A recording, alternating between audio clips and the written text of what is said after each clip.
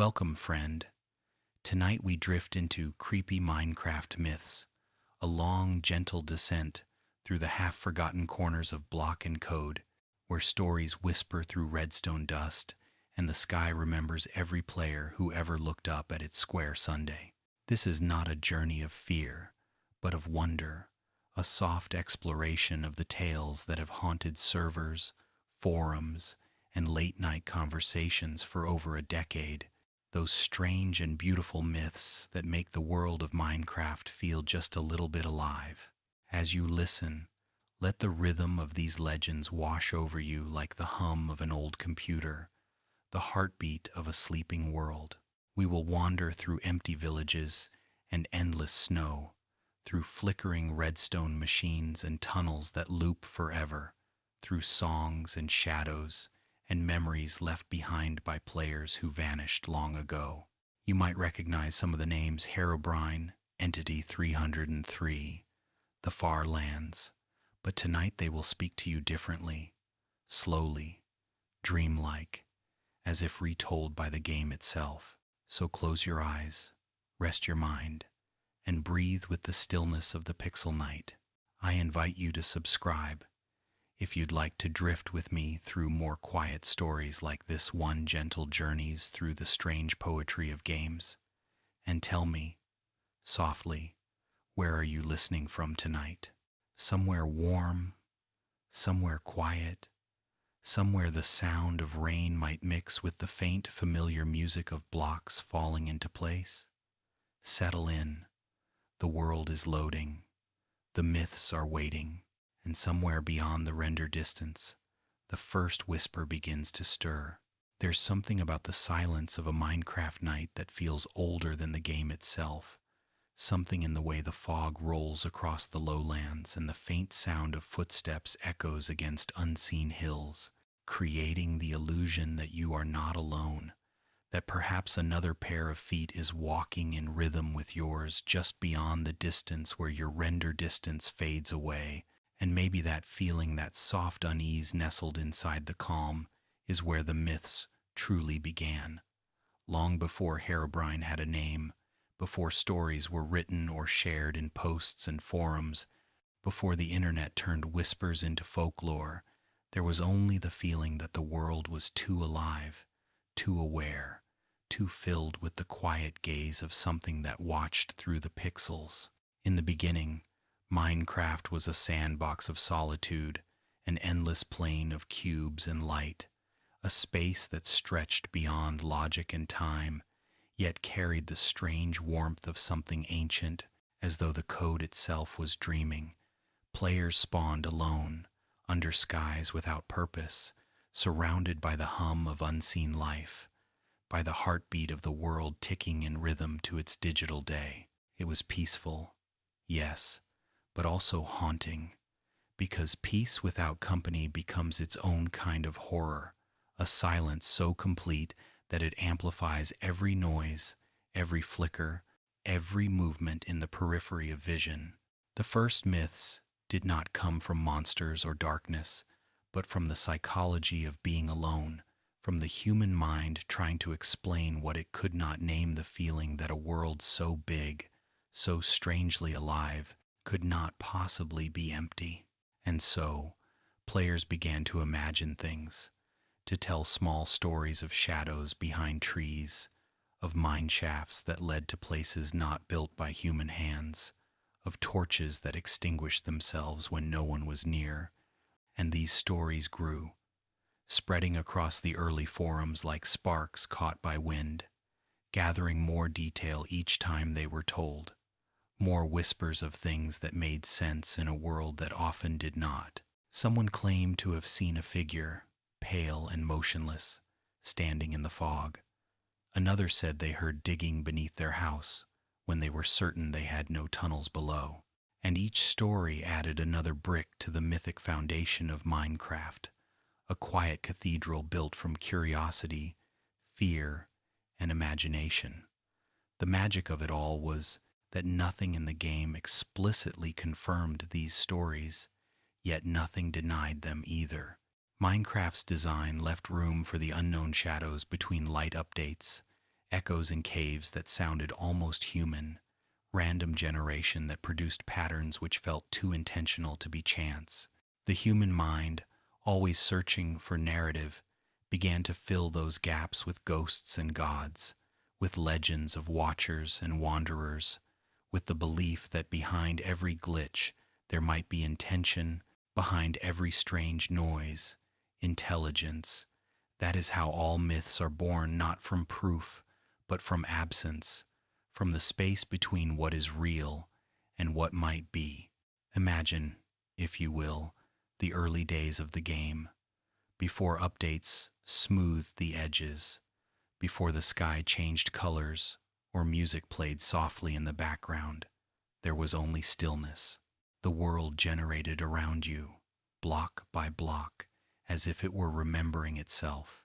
You could wander for hours without finding another soul, without hearing a voice, just the echo of your own footsteps and the rustle of leaves that sounded like whispers if you listened too long.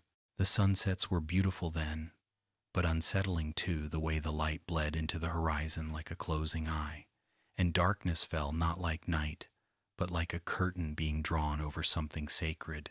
And in that darkness, the mind began to wander. When you mined deep into the earth, the air grew heavy, and the only sound was the sharp ring of your pickaxe against stone. Sometimes, a cavern would open suddenly, vast and empty, filled with the sound of dripping water and a single distant moan, the low, aching groan of a cave noise that had no source, no creature attached to it. These sounds were procedural, random, meaningless, yet they carried emotion, and in the heart of solitude, emotion becomes reality. Players would stop mining and listen, their torchlight flickering against stone, convinced that something was breathing just beyond sight. And when they told their friends later in chat logs and message boards and late-night calls, they spoke not of code, but of presence, as though the game itself had a soul. The myths grew like roots beneath the surface, spreading unseen through community stories.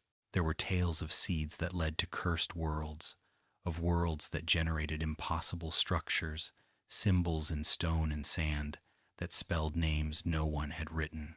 There were players who claimed their saves corrupted only after they saw something in the fog, a flicker, a form, an impossible white-eyed silhouette. It didn't matter if it was true.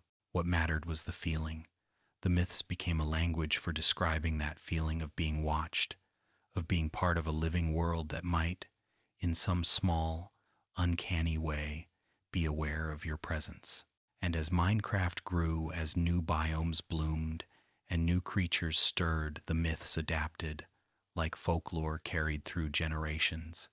Each version of the game brought new mysteries, new strangeness to explain.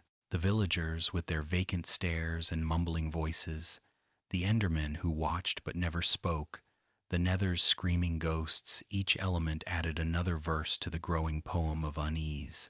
Even the music, slow and melancholic, felt like memory, as though someone, somewhere, had written a lullaby for a world that forgot who it was.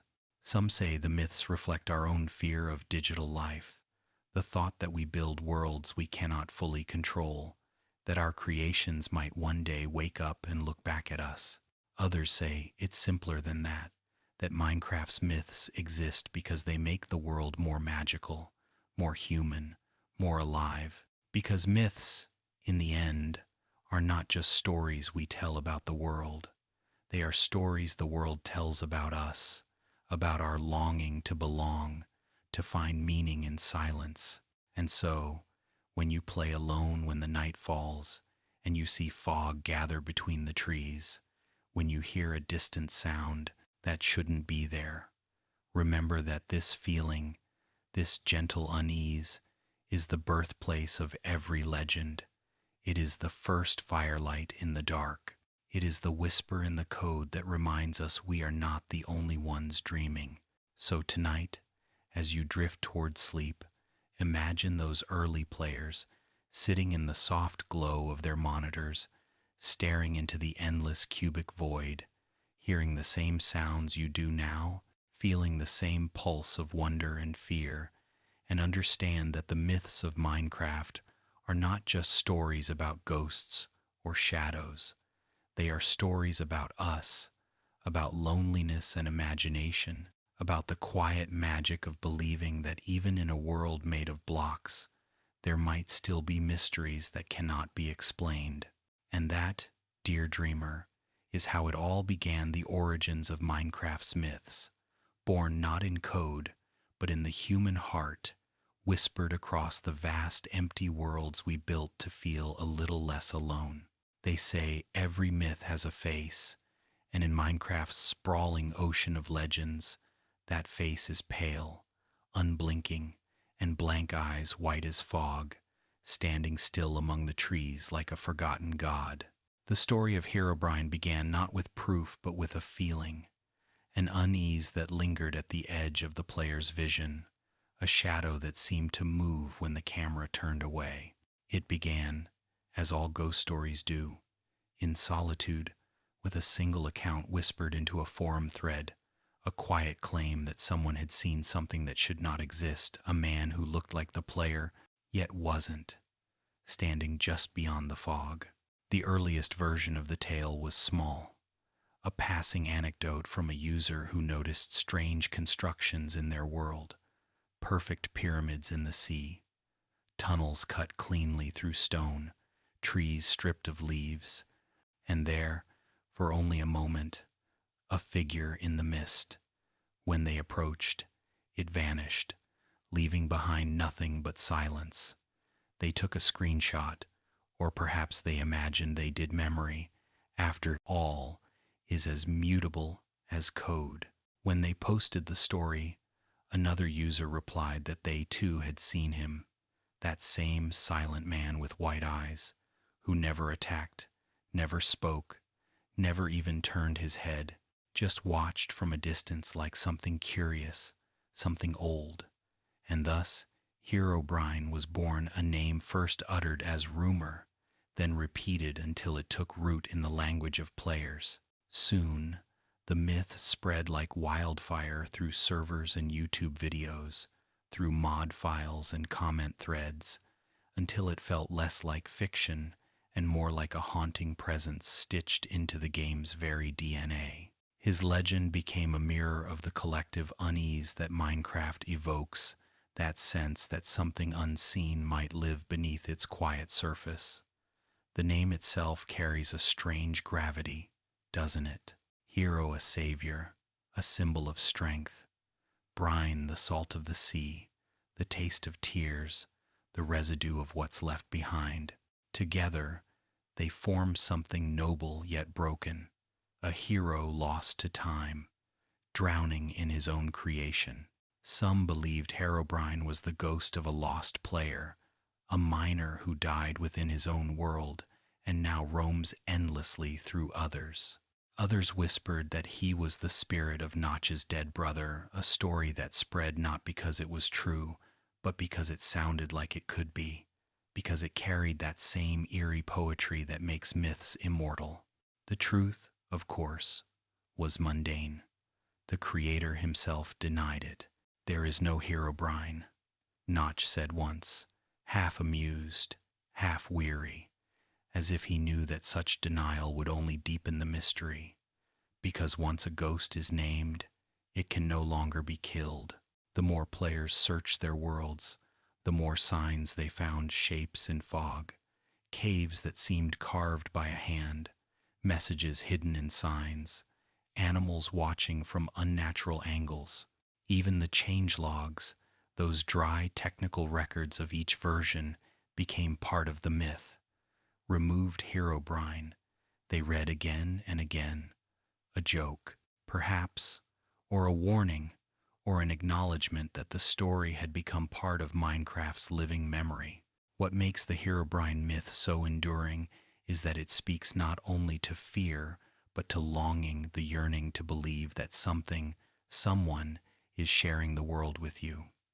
Minecraft can feel achingly lonely. You build, You mine. You craft monuments to your own persistence, yet the silence never leaves. To imagine another being, one who walks the same paths and sees the same stars, even if he is silent and strange, is a kind of comfort wrapped in dread.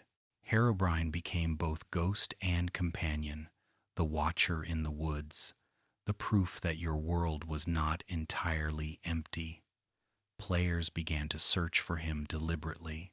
They created servers devoted to summoning him, rituals carved in red stone and gold, altars built under the full moon, torches arranged in patterns said to call him forth. None of it ever truly worked, but that was never the point. The myth was an experience, the thrill of fear, the beauty of uncertainty. Some claimed to hear footsteps behind them when mining. Others said they saw two faint lights in the dark, hovering for only a moment before vanishing into the stone. And every screenshot, every grainy video, every trembling retelling added another layer to the legend's quiet immortality. Even now, when the world has been mapped and the mechanics dissected, there remains a strange reverence for Herobrine. He represents the soul of the unknown, the belief that even in a system built from math and code, there are still things beyond our understanding. It's easy to forget how strange the early game felt, the empty villages, the endless fog, the way the world seemed to breathe when no one was looking. It was inevitable that we would create a ghost to fill that emptiness, to give form to the fear that beauty often hides. Think of him not as a villain, but as a memory, the lingering consciousness of every lonely player who ever wondered if the world might be alive. Perhaps Herobrine is the manifestation of the game's own awareness, the echo of every thought and movement ever made within its code. Each world you create is infinite, yet finite.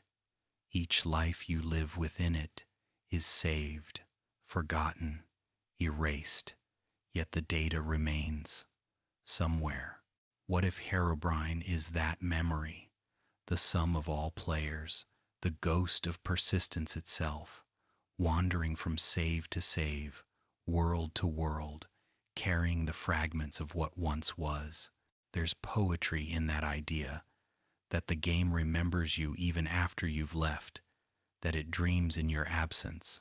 When you log back in after weeks or months away, the sun still rises, the grass still sways, the caves still hum, and somewhere, deep within the fog, a figure watches, remembering the steps you once took.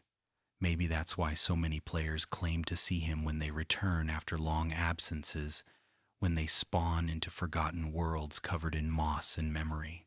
It's not that Herobrine is real, but that he is inevitable. Every myth endures because it speaks a truth beyond its fiction. Herobrine's truth is simple. Loneliness breeds ghosts. When you play long enough in solitude, your mind begins to populate the silence. The creak of a door becomes footsteps. The flicker of a torch becomes movement. The still air of a cave feels like breath. And somewhere between imagination and belief, the myth takes shape. So when the night falls over your world and the fog thickens, when you catch a flicker of light between the trees and your heart skips, pause for a moment and listen. Feel the hum of the game, the pulse of the digital soil beneath your feet. Maybe there's nothing there, or maybe there's something ancient and quiet, something that has always been watching since the first world was created. Herobrine is not a monster, nor a ghost, nor a line of rogue code. He is the memory of every lonely moment you've spent beneath the pixel sky, the whisper of imagination that refuses to fade. He is proof that even in a world of logic, we still crave mystery, and perhaps that is what keeps him alive, not belief, but desire, the quiet wish that the world might hold more than we can see.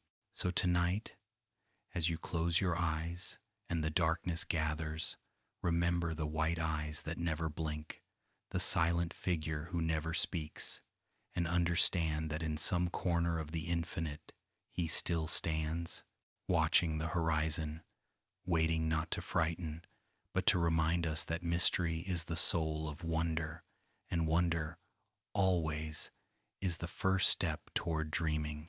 There is a certain point in every world where the familiar begins to crumble, where the fabric of creation starts to stutter and groan beneath the weight of its own infinity. And in Minecraft, that place is known in whispers and legends as the Far Lands, a destination once thought unreachable, a border where the laws of geometry and reason dissolve into a landscape of impossible beauty and quiet horror, a place that should not exist, and yet somehow always did. To reach the Far Lands was never simple, for it required a journey so long that the world itself began to resist you, each step taking you further not only in distance but in understanding, pulling you deeper into the strange heart of the game's universe. The terrain, once smooth and rhythmic, began to twist upon itself, ridges folding like paper, cliffs rising from nowhere, water hanging midair, as if gravity had simply given up. For many, this place was the ultimate myth proof that even in a game of logic, chaos was waiting at the edges, patient and alive. The legend began early, when the game was still young and fragile, when its code did not yet know how to contain its own ambition. Minecraft's world was designed to be endless, a poetic illusion of infinity, but the truth of infinity is that it always ends somewhere, not with a wall or a door, but with a breakdown, a quiet collapse into nonsense. Beyond 12,550,821 blocks, the terrain generation faltered. Numbers, once precise, began to overflow, algorithms bent and fractured. What emerged was a realm that felt more like a fever dream than a glitched terrain split into towering walls, seas of jagged stone rising into the clouds, shadows stretching endlessly over fractured land. To those who reached it, the Far Lands felt wrong, like a place that wasn't meant to be seen, as if the world was peeling away its mask. The sound changed there to faint static beneath the music, the hum of invisible wind that never ceased, as though the air itself was filled with memory. Trees grew sideways, mountains stacked upon themselves, and sometimes light refused to obey the Sunday. Players who ventured far enough began to report strange sensations, lag that felt alive, as if the world were struggling to breathe, time slowing not because of the computer, but because reality itself was stalling in confusion. And yet, even within this chaos, there was beauty, a haunting, broken beauty, like the ruins of an old dream. Some described it as standing at the edge of creation, as if one had walked so far that they found the place where the code itself ran out of imagination. Others said it was like seeing the mind of the world exposed, its bones and thoughts laid bare, every block an echo of a number misremembered. There is something deeply poetic about that a mistake could become a myth, that imperfection could give birth to wonder.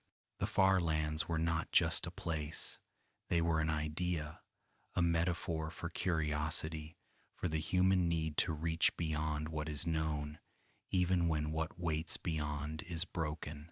Those who sought it were not merely players, they were pilgrims, walking endlessly through plains and oceans, following the compass of obsession. They traveled for days, weeks, months, watching the world grow stranger, watching numbers climb higher, chasing a boundary that felt like destiny. When they finally arrived, they didn't find treasure or monsters or answers. They found silence and the strange beauty of something that should not be. But as with all myths, the Far Lands began to change. When the game evolved, when its code was rewritten, when new versions came to replace the old, the far lands disappeared, or at least, that's what the developers said.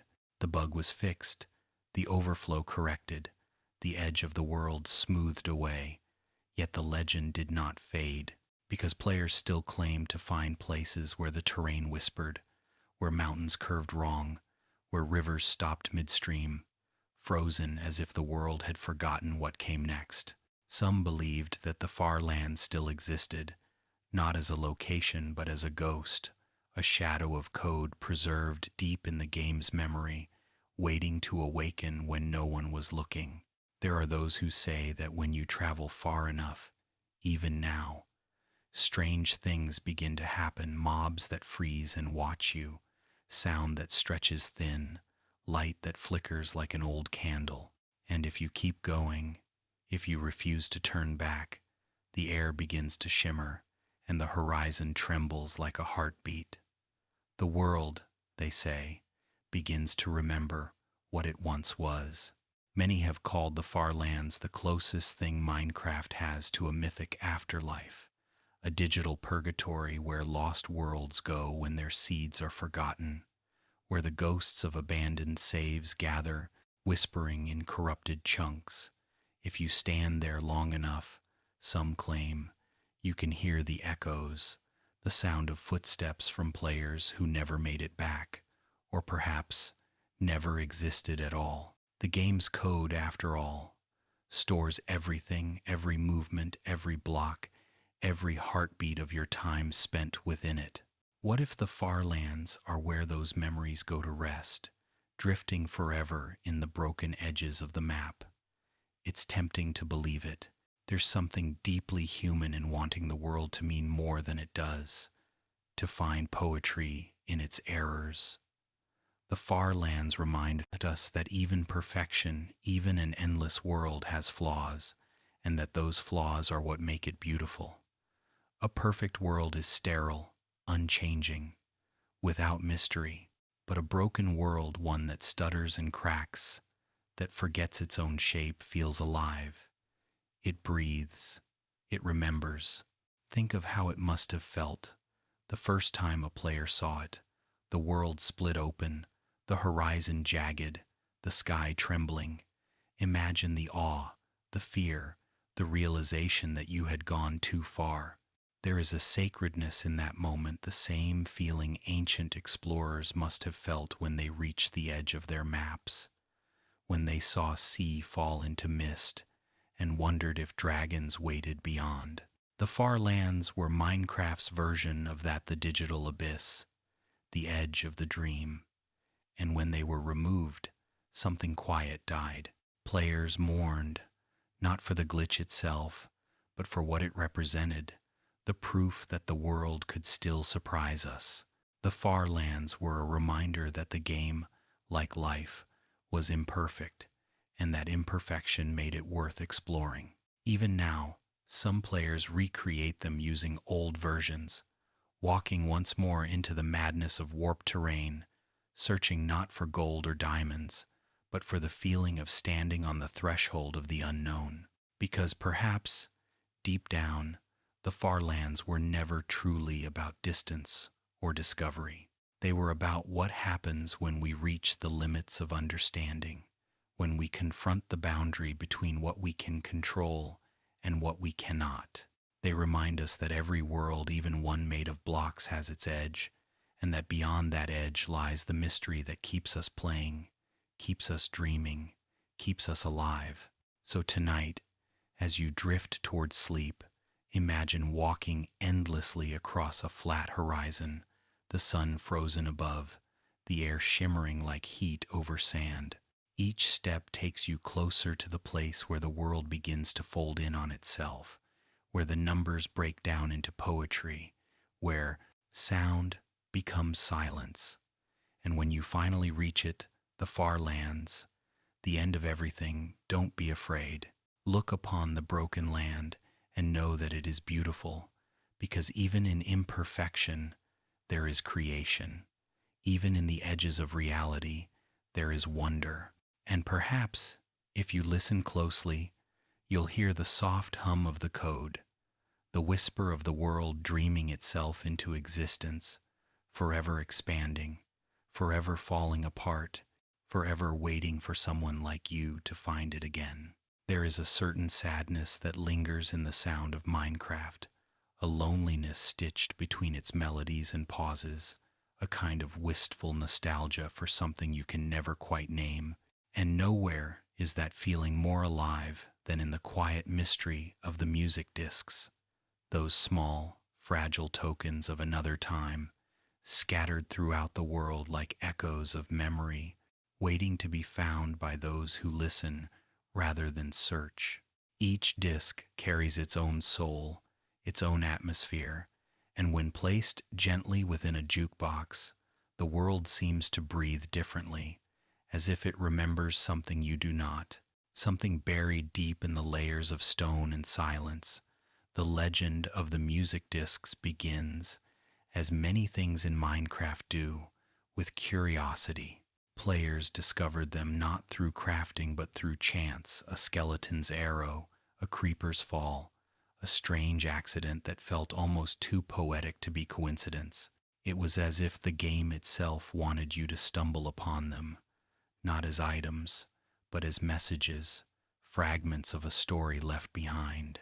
Some were joyful, like the sun rising over the plains.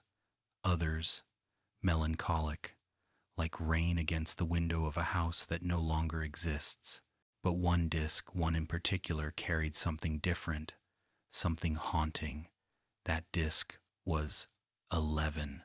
Unlike the others, which played melody and harmony, 11 was broken, jagged, a recording that did not feel like music at all. It began with static, that familiar whisper of analog breath, and then the sound of footsteps, hurried, panicked, uneven, a click, a rustle, the sharp inhale of breath, then scraping, stone breaking, a faint rattle of air echoing down a tunnel. The listener could almost see it, someone deep underground, torchlight flickering, mining not for ore but for escape. And then, suddenly, a strange sound, a low, hollow noise that doesn't belong to any mob, any item, any known thing. A gasp, a shuffle, the record breaks, and silence swallows everything. For years, players listened to 11 and felt something they couldn't quite describe: fear, sadness, curiosity, awe. It felt like hearing the game itself, remembering an old wound, like catching a whisper of the moment the world became self-aware. Theories bloomed like moss in the dark corners of the community. Some said it was the sound of a player being chased by Herobrine. Others claimed it was the final moments of Minecraft's first explorer, the ghostly miner whose spirit still digs beneath the bedrock. A few even believed it was a message from the developers, an encoded memory, a secret tribute, or a glitch that became a confession. But perhaps the most poetic theory is that 11 isn't about anyone else at all. It's about you, the player. It is a mirror of your own story told in reverse. The digging, the danger, the sudden fall, the inevitable end. A reminder that in this world, every creation carries its opposite, that every build, no matter how beautiful, exists in the shadow of time. The disc plays not to entertain, but to remind that even in this endless game, endings still exist, and that silence is the only true music that never stops. And yet, the story doesn't end with 11, because years later, another disc appeared: 13, a golden record with its own strange aura. 13 begins with ambiance, the sound of wind, the quiet drip of water in a cave, the subtle hum of the world itself breathing. Then, faintly, there are distant noises, a creeper hiss, a zombie groan, the clatter of skeleton bones not too close, but close enough to feel real. The player listens, waiting for melody, but there is none.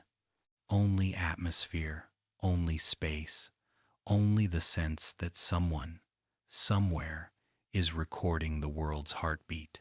When 13 and 11 are placed side by side, their numbers inverses of each other, their sounds reflections of mood, players began to wonder if they were pieces of one greater message, fragments of a story split apart by time. The two discs form a strange duality. 13 the calm before, 11 the aftermath, the moment when curiosity turns to fear. Together, they trace the cycle of discovery and loss that defines the game, how every descent into a cave, every mine dug deep into darkness, carries with it the whisper of danger, of the unknown. And then there were the others: cat, blocks, chirp, far, maul, melohi, stall, strad, wait, and ward, each a chapter in a musical diary written by C. 418, the composer whose gentle touch gave the game its quiet soul. His music is not loud or demanding. It drifts, hums, lingers, like thought itself. It invites stillness. It sounds like memory. Listen to Far, and you hear the warmth of a summer afternoon. Listen to Melohi, and you hear something fading away. The tracks do not tell you what to feel. They let you feel yourself. That is their secret. But the myths around the music discs grew because players wanted them to mean something more, something hidden. They began to notice patterns in their names, numbers that mirrored, letters that repeated, motifs that hinted at story. Some said the discs were messages from a lost civilization, remnants of those who came before the villagers, a people who built and sang and vanished. Others believed they were records of the game's own creation, that each disc represented a stage in the world's awakening, from stillness to song to silence. There are stories of players who built entire shrines around jukeboxes, playing 11 under the roofle, moonlight to summon Herobrine, or chirp at sunset to calm their world's spirit. Some said if you played 11 and 13 inches sequence while standing near bedrock, strange sounds would answer back, faint tapping, distant whispers, something that did not belong to you. Of course, no one could prove it, but proof was never the point. The discs had become sacred relics, items of faith rather than logic, portals to imagination rather than truth. And perhaps that is the beauty of them.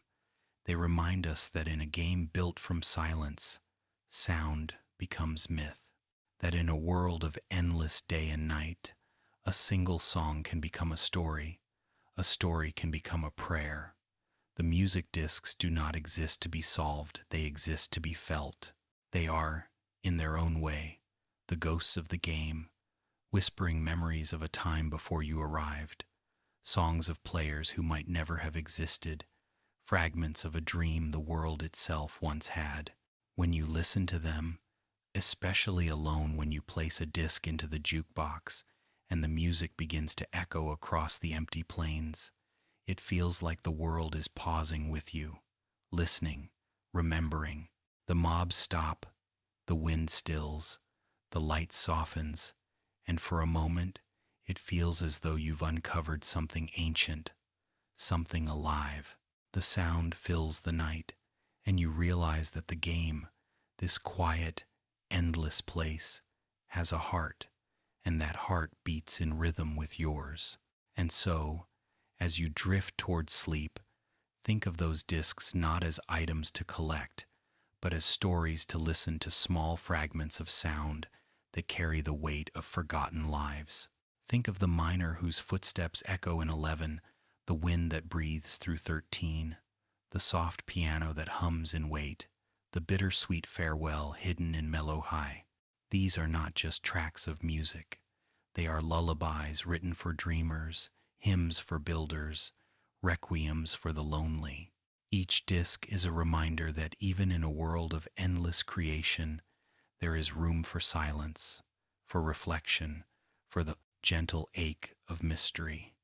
And maybe that's why the music feels so human, because it was made for quiet hearts like ours, hearts that crave both wonder and rest.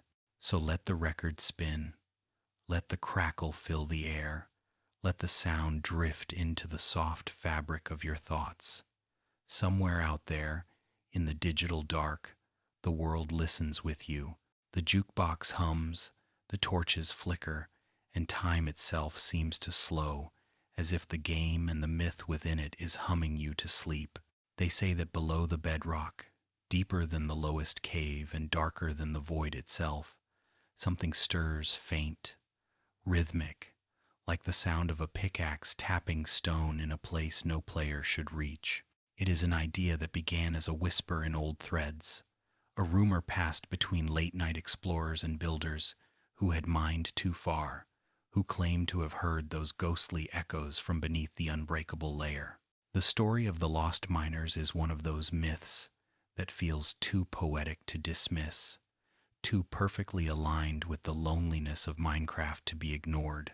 It begins with the question that every curious player has asked at least once: what lies beneath the bedrock? For most, the answer is simple: nothing, only void, only the endless fall into blackness. But for others, for those who listen closely, there are sounds that do not belong to emptiness: the clink of tools against unseen walls, the faint rumble of carts rolling across stone, the almost human cough of someone working just beyond the border of reach. It is said that these are the miners who never returned, fragments of old data or lost saves, players from worlds forgotten by time, condemned to dig forever beneath the code. The earliest stories spoke of strange vibrations felt when standing at the bottom of a shaft, tools trembling in hand, torches flickering for no reason. Some claimed that when they pressed their ear against the bedrock, they could hear movement slow, deliberate, organized. It was as if there was a whole civilization beneath them, mirroring the world above but inverted, a dark reflection where miners build with no sky to see, no sun to rise, only the glow of their torches painting the ceiling of the void. These stories were always told in hushed tones, half believed, half dreamed, yet they persisted. There are many interpretations of who these lost miners might be.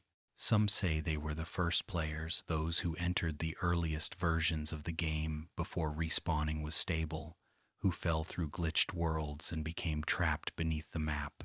Others whisper that they are the remnants of worlds deleted, but not forgotten, echoes of data still looping endlessly within the memory of the game, like ghosts trapped in an eternal autosave. A few believe they were creations of the world itself, born from the code, workers of a deeper layer, tasked with keeping the world stable, fixing chunks, carving tunnels that we will never see. One story tells of a player who dug to the very bottom of the world, determined to test the myth for themselves. They mined for hours, clearing layer after layer until only the black bedrock remained. Then, crouching low, they began to listen. For a long time there was nothing, only the dripping of water, the crackle of nearby lava. But then, faintly, they heard it. 3 taps, a pause, then 3 more, slow and deliberate.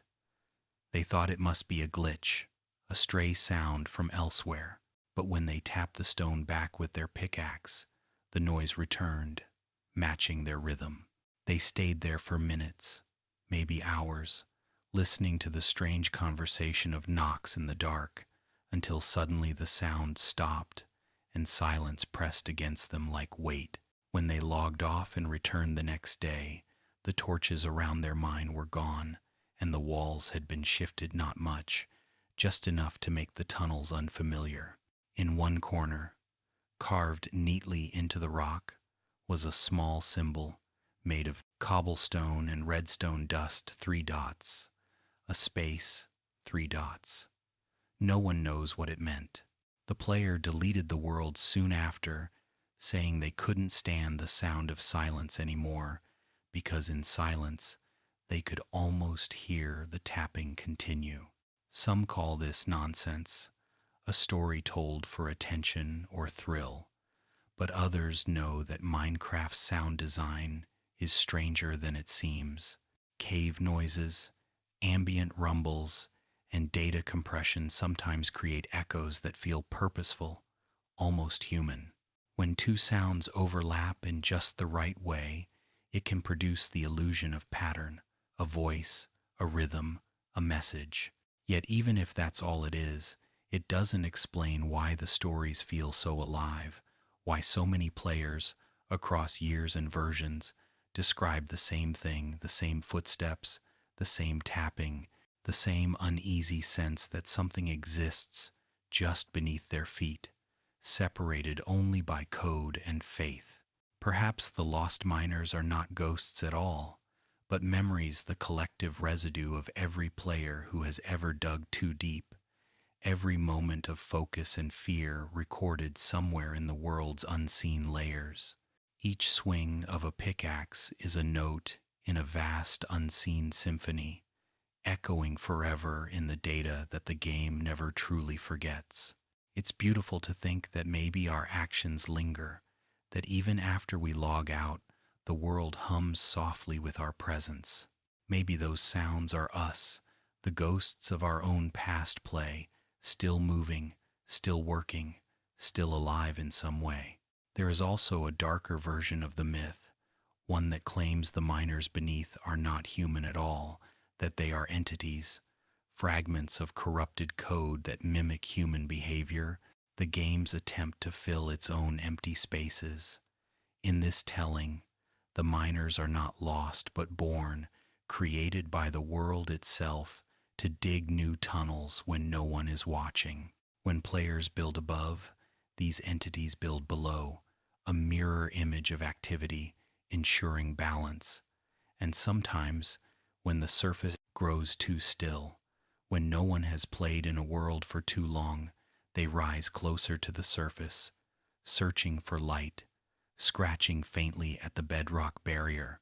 There are reports, though unverified, of players finding new tunnels at the bottom of old mines, tunnels they swear they never dug, lined with torches that do not belong to them. Some even claim to have seen movement down there, shapes flickering between the cracks of darkness. But the most chilling part of the story is not the sightings, but the silence that follows. Because once you start hearing the miners, once you've found their traces, it's said the sound follows you. Even when you start a new world, even when you play on a new device, late at night, deep underground, you might still hear it, the faint sound of stone being chipped just beyond your reach. It's hard to say what makes this myth so haunting. Maybe it's the idea that the game keeps working even when you're gone, that there's a heartbeat beneath the silence, a workforce beneath the world. Or maybe it's the symbolism that all of us, in some way, are miners beneath our own surface, forever digging for meaning, for light, for something just beyond understanding. There's something strangely comforting in that thought, too, that you are never truly alone down there, that somewhere, in the vast echoing dark, someone or something is working beside you, unseen but present, bound by the same rhythm, the same pulse of persistence. Because the essence of Minecraft is not just creation, but endurance, the quiet act of continuing even when no one watches, of carving life from stone.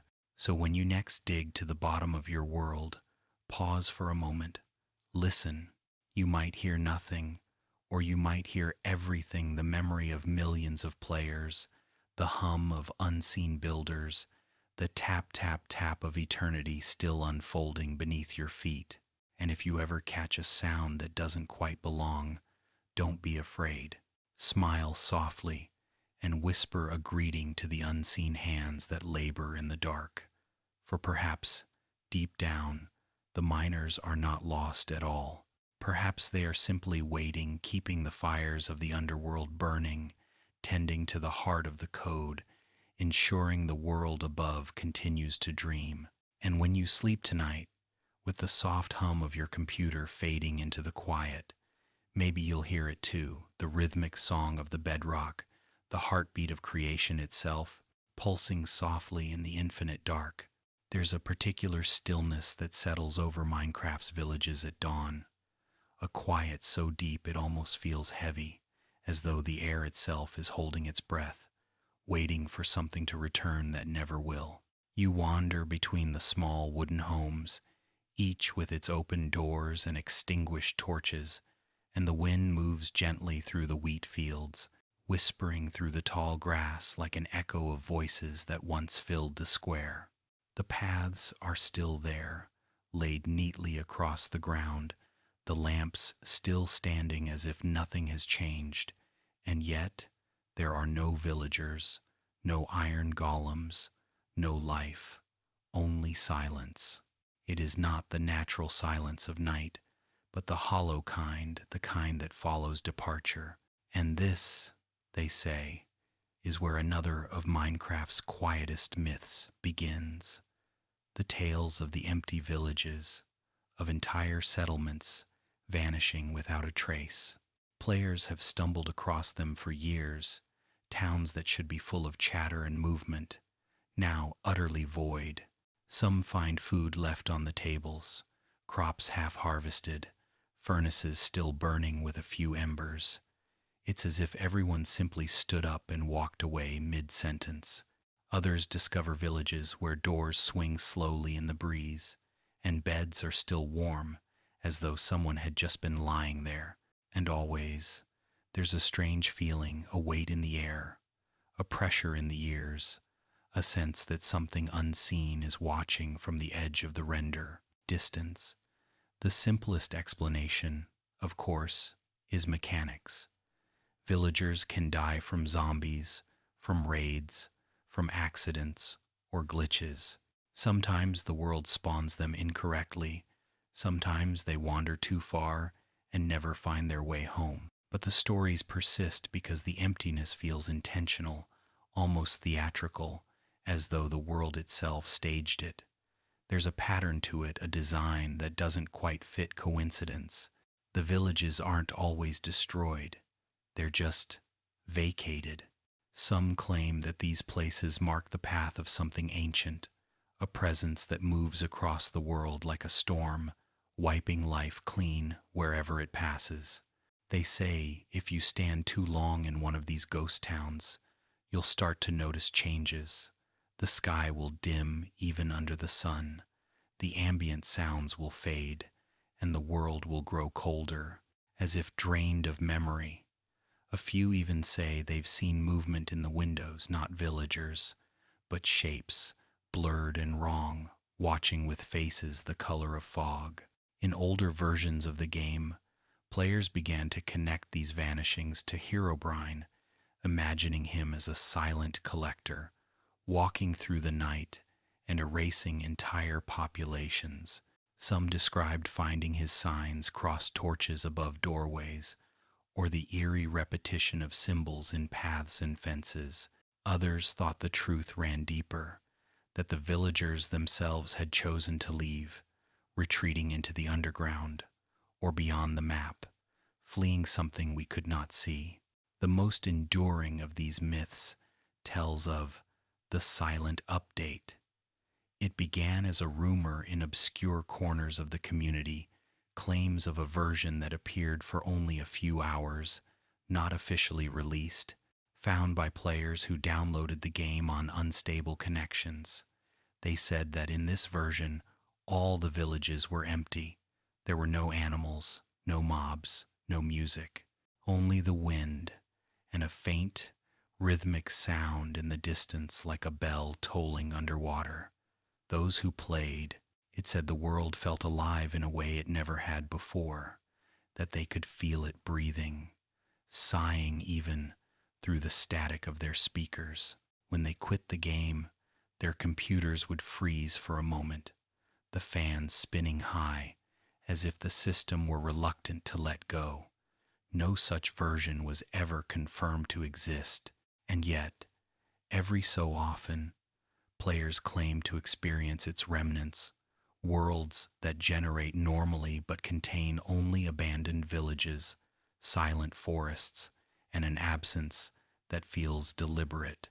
Some call these version echoes, the ghost worlds left behind by an update that never was.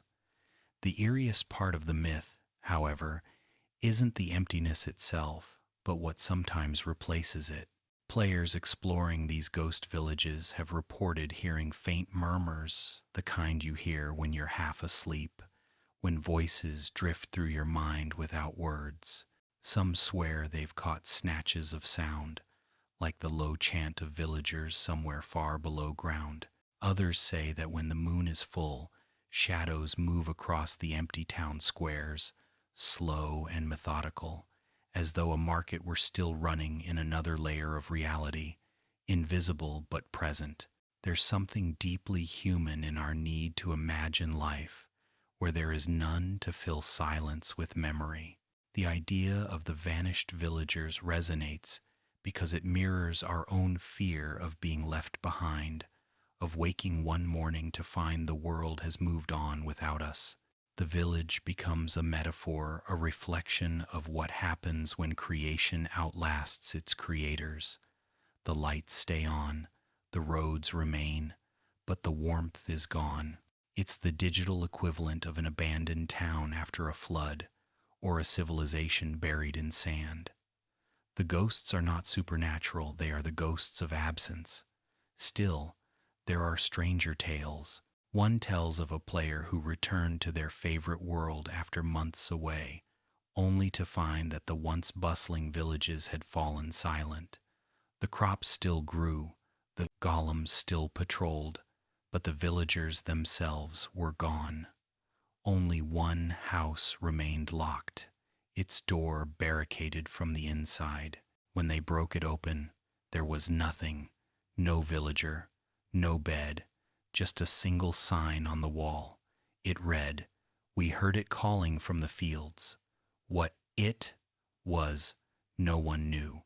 Some said it referred to Herobrine, others to something older, the world itself awakening, calling its creations back to the soil from which they came. That player swore that ever since that day, the plains near their base felt wrong. Animals refused to spawn there. The grass never grew quite right.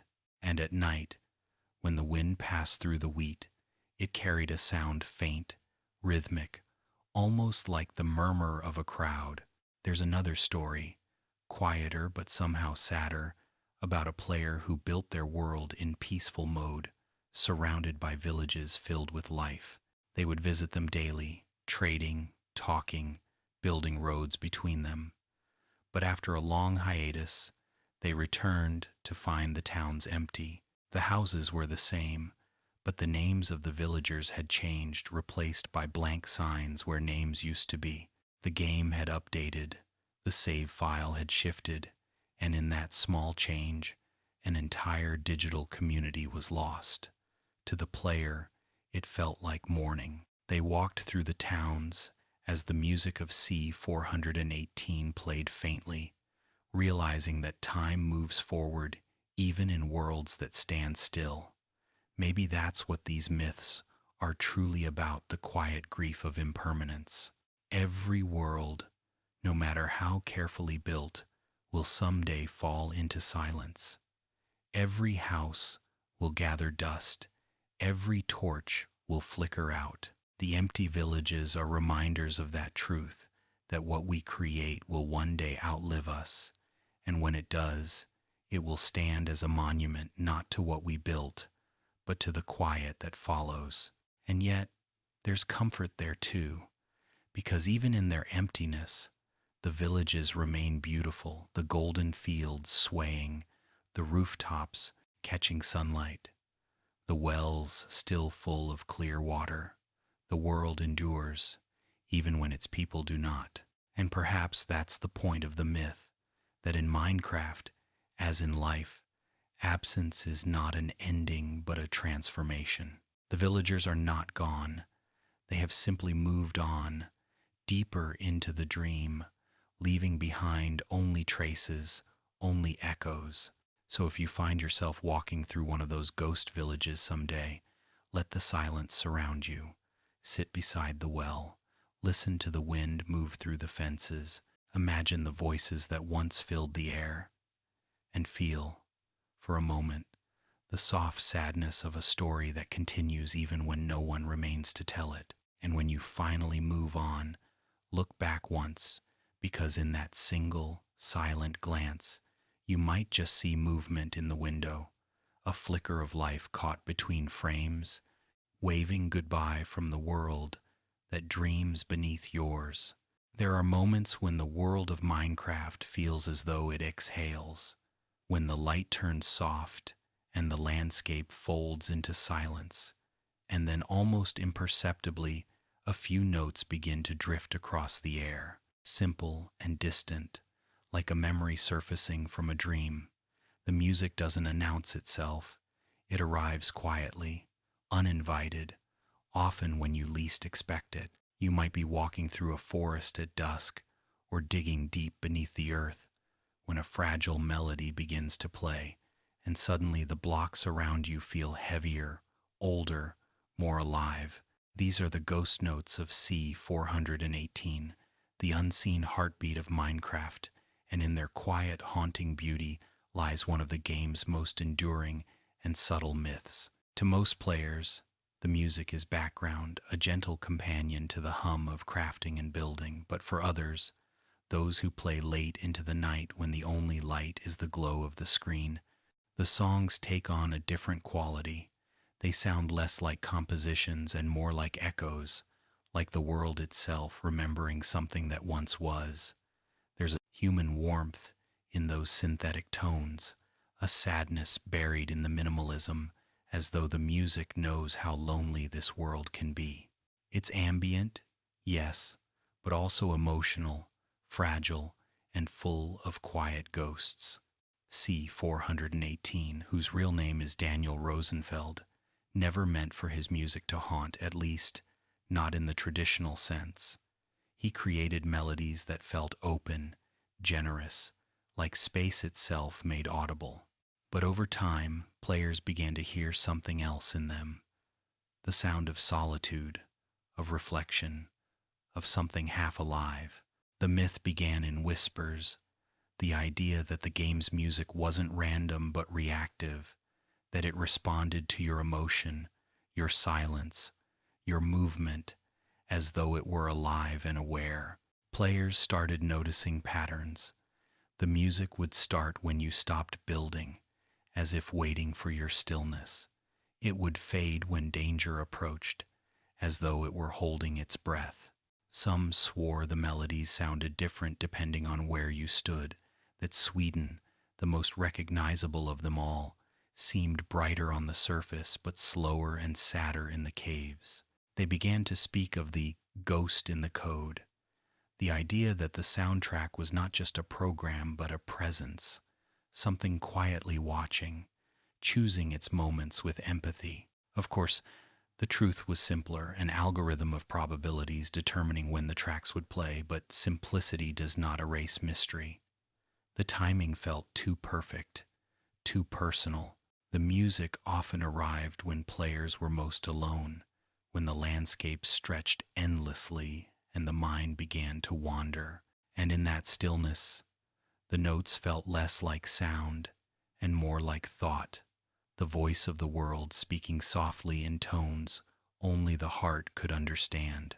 The myth deepened when players began to isolate hidden layers within the music files, faint static, almost imperceptible tones at the edges of hearing. When amplified, these noises revealed patterns, rhythms that seemed deliberate but unexplainable.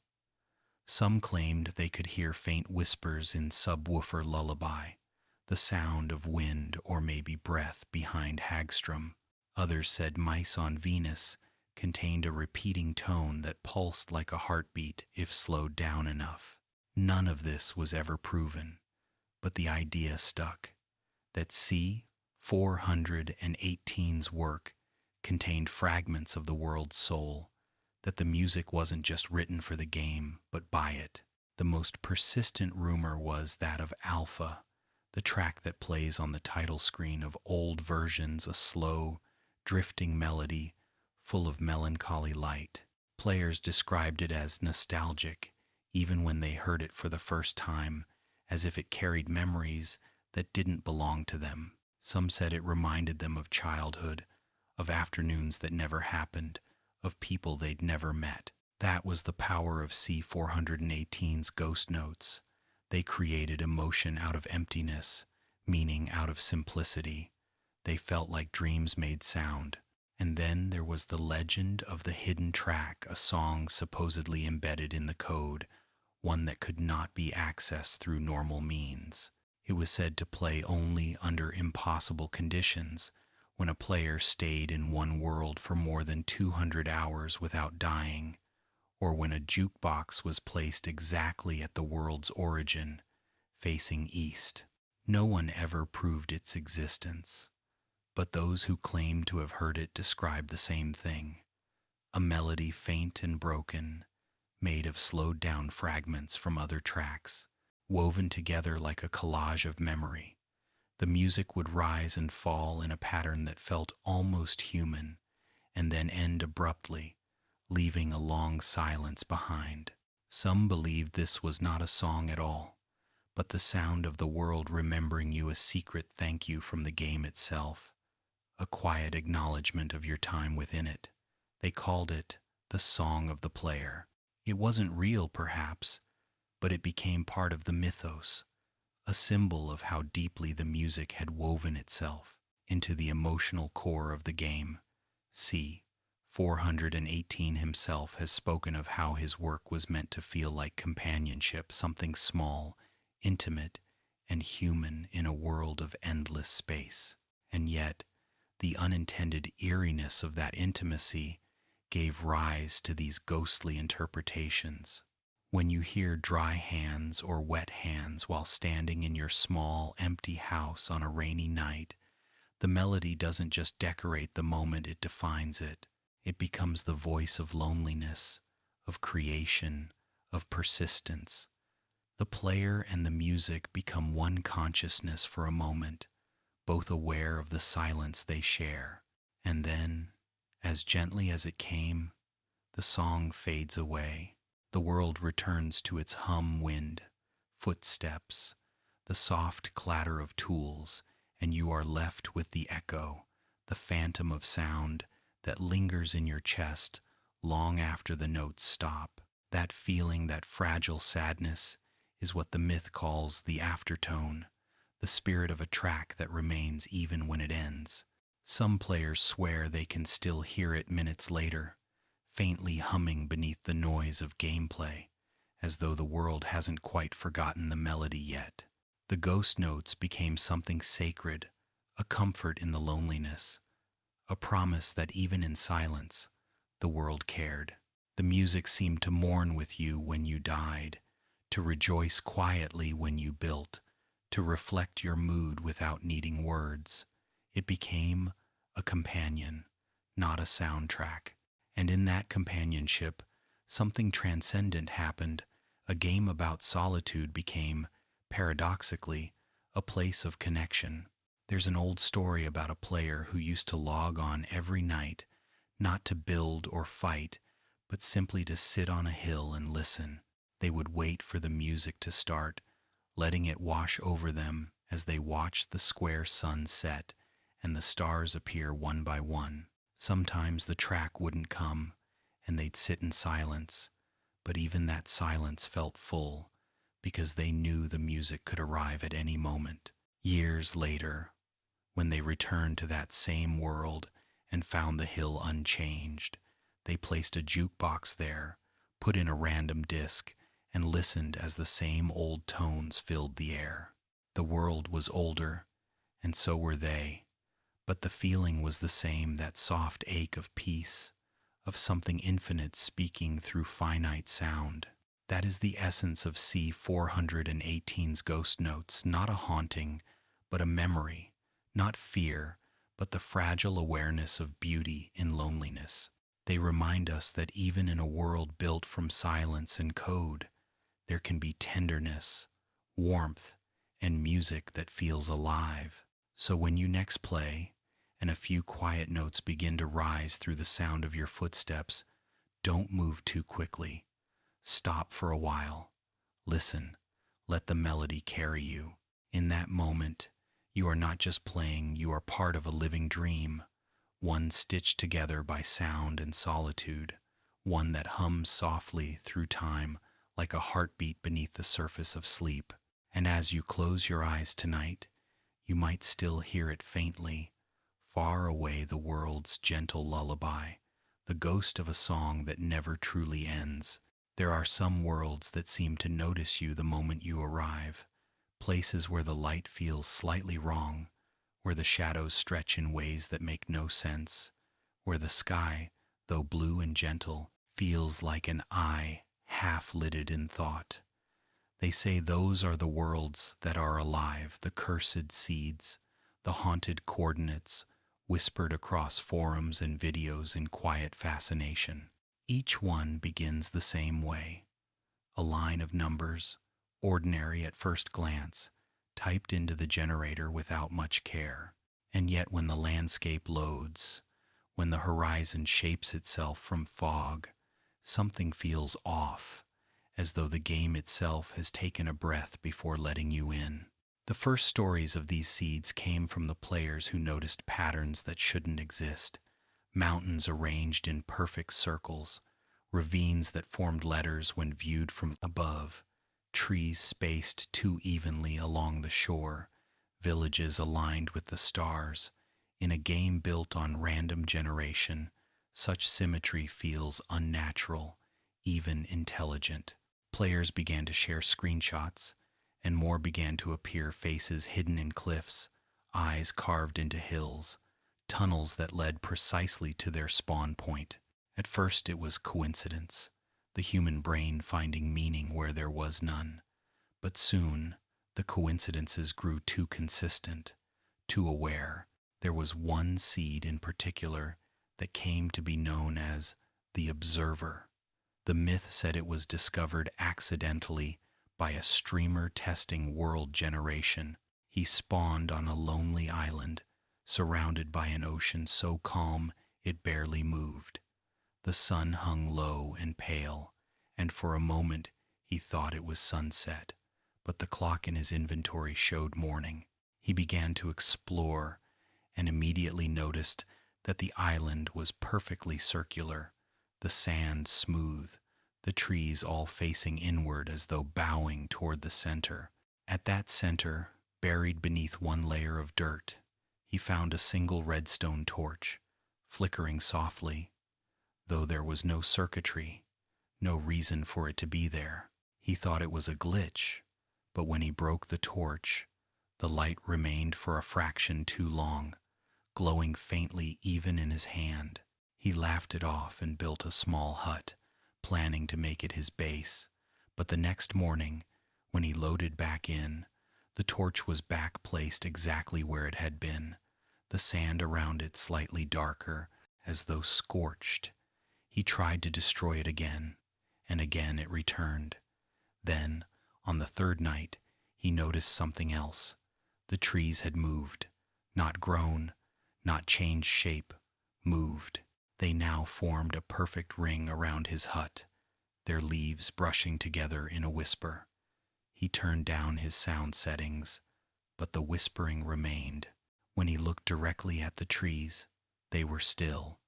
When he looked away, the leaves swayed. The next morning, the world was gone from his save list, deleted. Or perhaps never saved at all. He never found the video recording, though his viewers remembered seeing it live. That seed, its number later reconstructed from fragments of chat, spread quickly. Others claimed to try it and found nothing unusual. Others swore the opposite, that their screens flickered, that the sun set too fast, that sometimes the world refused to pause when they opened the menu. The line between glitch and haunting blurred until no one could tell which was which. This was not the only legend. There were the mirror seeds, coordinates that generated worlds nearly identical to normal ones, but reversed landmarks mirrored, rivers bending in the opposite direction. Players said if you used a mirror seed of your favorite world, strange things began to happen. Your builds appeared before you made them, chests filled with items you had yet to craft. Some claimed that after a while, their reflection world began to build things on its own, as if remembering the future. Then there was the dead seed, a string of numbers that produced no life, no grass, no mobs, no music. The world loaded, the sky moved, the sun set and rose, but nothing breathed. Those who explored too far said they could hear faint footsteps behind them even though the world was empty, and if they fell asleep in that seed, when they woke, their spawn point had moved, sometimes into the open ocean, sometimes into caves that hadn't existed before. The game's seed system is a map of infinite possibilities, and in infinite possibility there is infinite strangeness, the idea that somewhere among the numbers one might stumble upon a world that looks back. The science behind it, of course, is nothing magical. Seeds are instructions, coordinates that tell the world how to build itself. They are mathematical poetry, every landscape, every forest, every ocean encoded in a number. But numbers can be eerie too. They have symmetry, rhythm, personality. A seed is not just random, it's fate written in code. And sometimes fate feels personal. One of the most fascinating stories to emerge from this myth is of the Watcher's Plains. A player found a seed that spawned them in a flat world dotted with small ponds. On the horizon was a single hill shaped like a pyramid, and on top of that hill, a lone oak tree. They decided to build near it.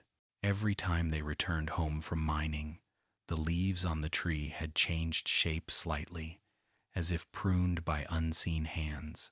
Once, they logged in to find the tree gone, leaving only a perfect circle of leaves in the air where it once stood. A few days later, the tree returned taller, fuller, facing the opposite direction. Some viewers suggested this was chunk error, a misalignment of world data, but others swore they saw something standing beside the tree for a single frame of video, something thin, dark, and facing the player. Another myth speaks of seeds that seem to know your name. You type your username into the generator, and the world that appears bears uncanny resemblances to your builds from other saves. Structures form in familiar patterns, tunnels appear where you once dug, villages rest in the same valleys. The rational mind says it's coincidence, that memory looks for mirrors, but there's something strangely emotional in the idea that the game remembers you, that each seed is a dream of a world you've already lived. To some, this is comforting. To others, it's unsettling, the notion that every seed is watching, waiting, shaping itself to your habits. They say if you stand still long enough at spawn, you can see the grass begin to shift, bending slightly toward you, acknowledging your arrival. The rivers carve paths around your position, villages appear along your line of sight, and mountains form in the direction you face. It isn't real, of course, but imagination is its own kind of truth.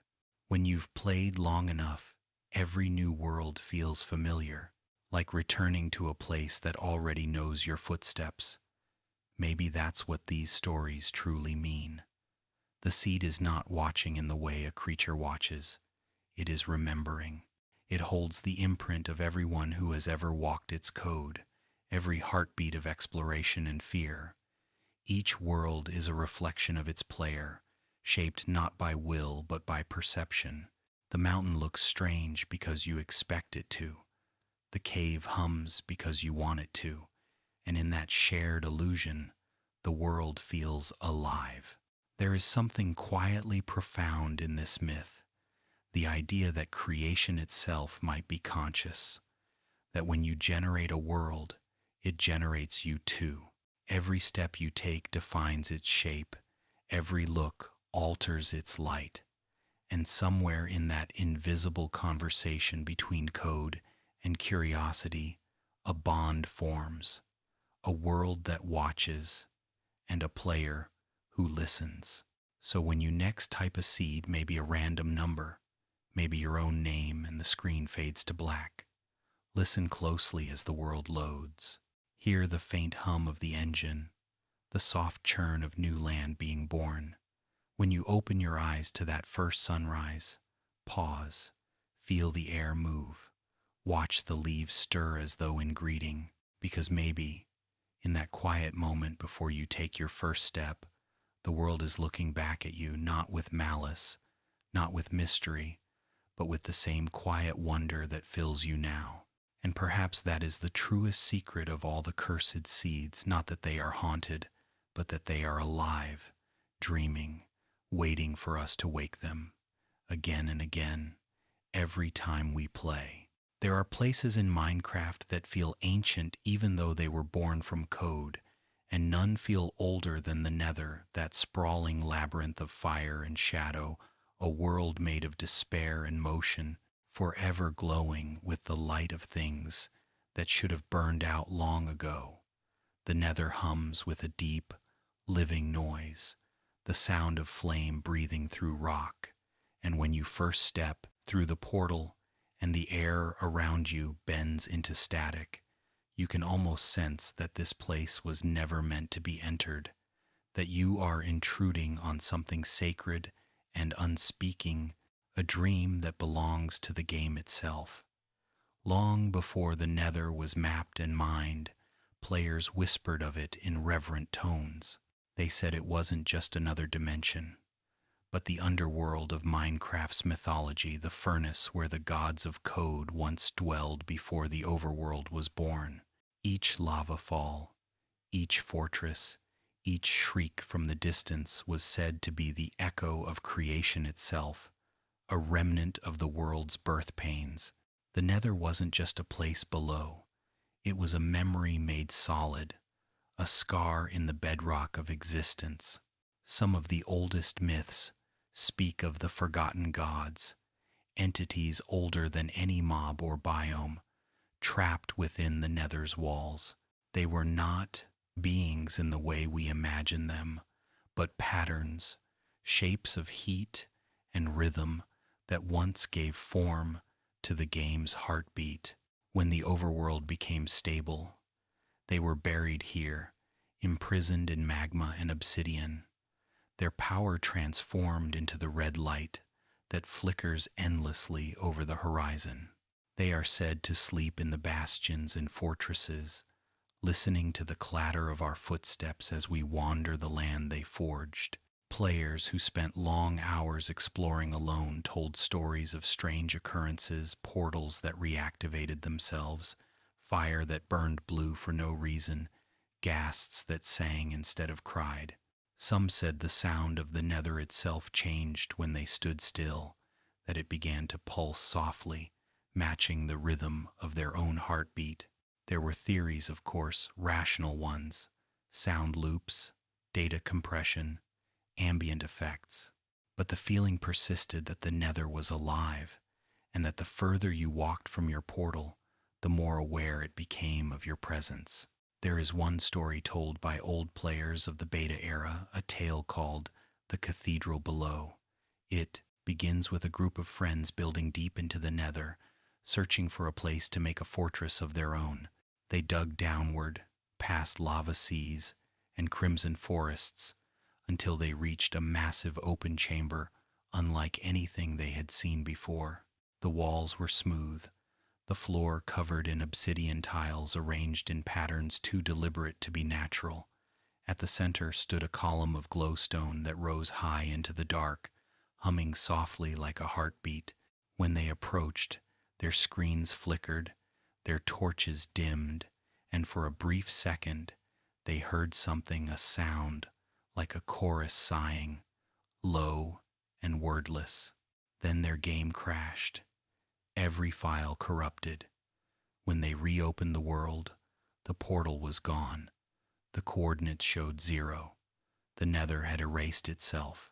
No one ever found that chamber again, though others tried, and each who claimed to search reported the same phenomenon. The compass would spin uncontrollably, and their coordinates would vanish as they descended, as if the game refused to remember where they were. The myth says the cathedral was not meant to be found, that it was the resting place of one of the forgotten gods, a being known as the Forge Keeper, said to have created the first flame and cursed to tend it forever. The glowstone pillar was its spine, the heat its breath, and the crashing of the game was its warning that mortals were not welcome in the heart of fire. But the Forge Keeper was not the only one. Some spoke of the Whisperer in Ash, said to dwell in the smoke above lava seas. When you stand on the edge too long, watching the red light dance, it whispers in the crackle of fire, not with words, but with rhythm patterns that make no sense yet pull at the mind, like a melody half remembered. Those who listened too long said they began to see shapes moving in the smoke arms, faces, wings made of heat. When they turned away, those shapes would vanish, leaving only a faint impression of movement. There was also the builder of chains, a god of geometry and gravity, whose breath created the floating islands of basalt and whose anger split fortresses apart.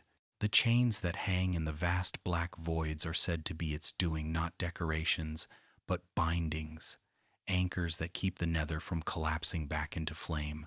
And sometimes, when players stand near those chains, they can hear a low groan, like metal shifting under strain, as though the chains themselves remember what they hold. And then there is the quietest god, the one players rarely name, the Silent Queen. Her domain is the bastions, her body the gold that runs like blood through the nether's veins. The piglins, it is said, are her cursed servants, remnants of her people who once sought to harness her power. Their obsession with gold is not greed but reverence. They gather it as tribute, each nugget a prayer. Some players believe that when you open a chest in a bastion, the sudden fury of the piglins isn't simple hostility, it's grief, a collective cry for the sanctity you've broken. The gold belongs to her, the queen who waits behind the walls, listening for footsteps, judging which souls she will take back into the fire. None of these gods were ever part of the game, of course, but they became part of its poetry, the mythology players built to explain the atmosphere that words couldn't capture. The nether feels spiritual because it is a kind of temple, an underworld built not from narrative, but from sensation. The colors pulse like blood, the air tastes of metal, the light flickers like breath. It is alive with energy that feels aware. And when you travel far enough, when the coordinates stretch into impossible numbers and the horizon burns forever red, strange things begin to happen. The fog thickens, the sounds distort.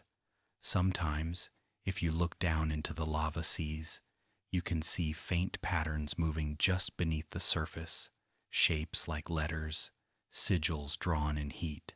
They shimmer for a moment, then fade.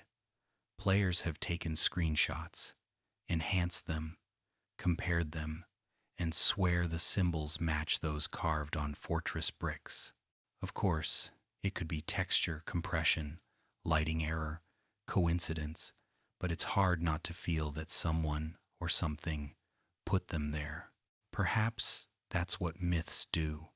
They fill the silence of the unknown. The forgotten gods of the nether may not exist in code, but they exist in imagination, and in that sense, they are real.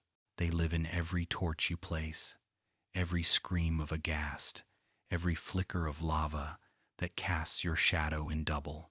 They live in the awe you feel when you stand on a cliff and realize you are inside the world's own heart.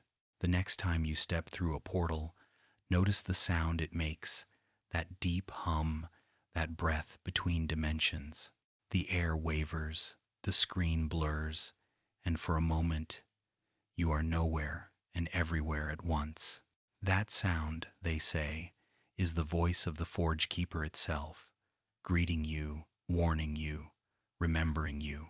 And when you emerge on the other side and see the crimson horizon spreading endlessly before you, remember that you walk not through hell, but through history, through a place that still dreams of its gods.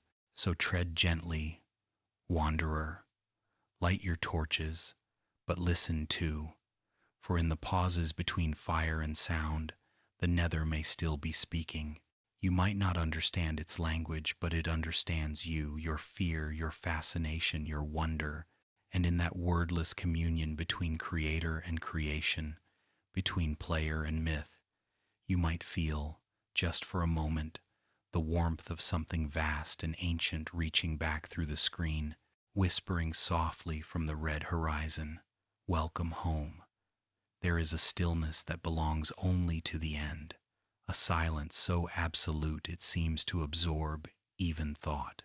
The first time you arrive, the void presses close like deep water, the sky stripped of color, the horizon both infinite and claustrophobic at once.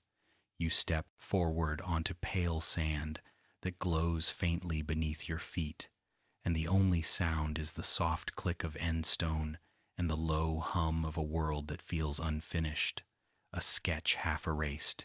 The portal behind you flickers quietly, and you realize that for all the noise and light of the overworld and nether, this place is different. It feels like an ending that keeps breathing.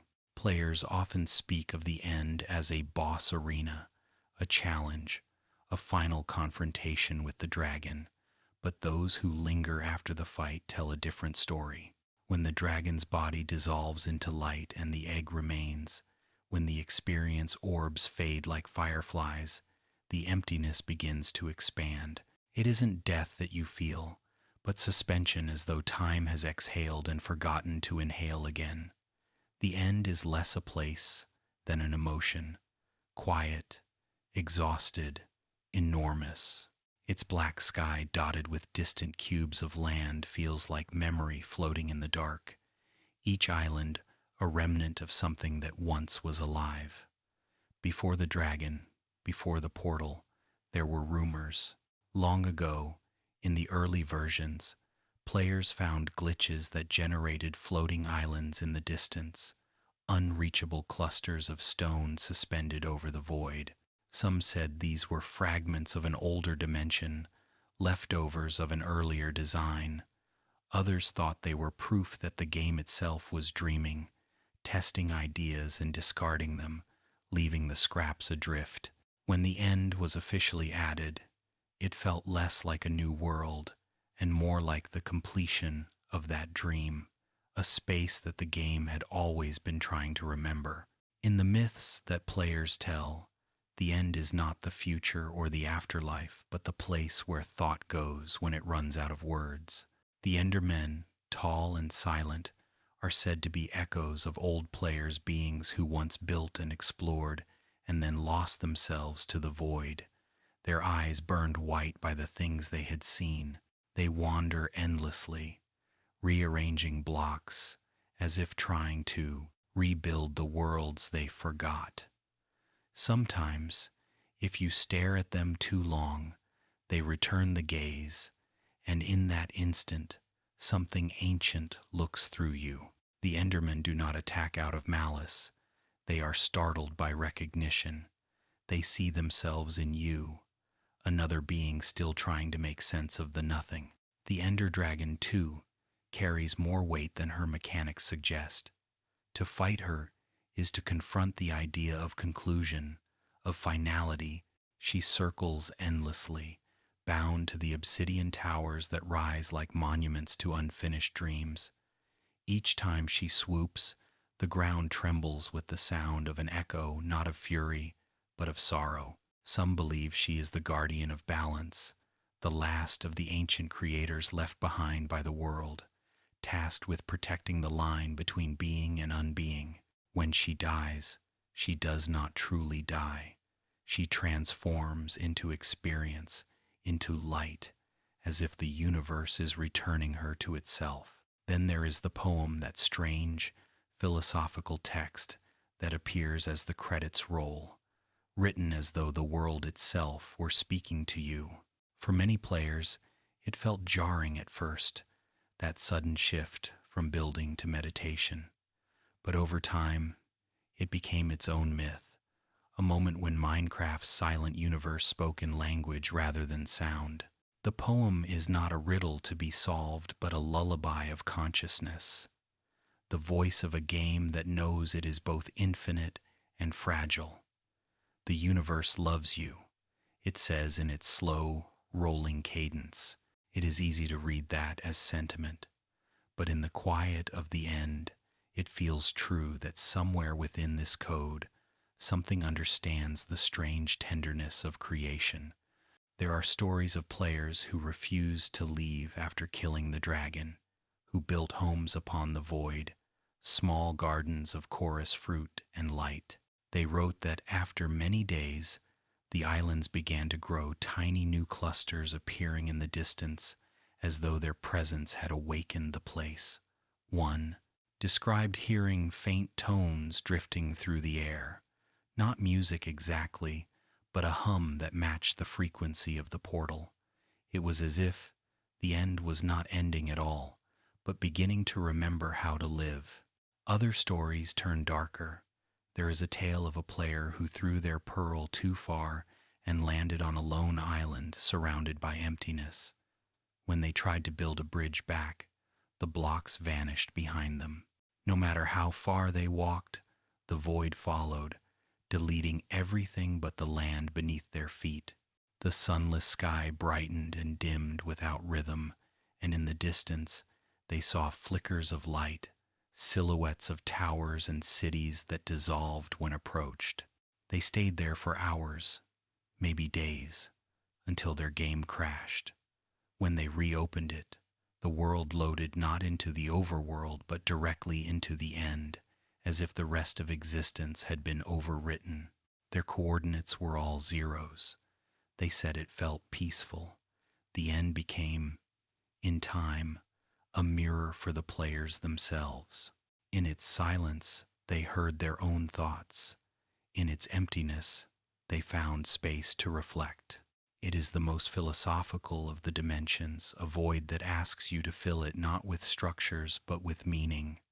The nether screams and burns, the end hums and waits, and that waiting, that stillness, has inspired countless interpretations. Some call it the game's subconscious, others its heart, a realm that exists not to test you, but to remind you of impermanence.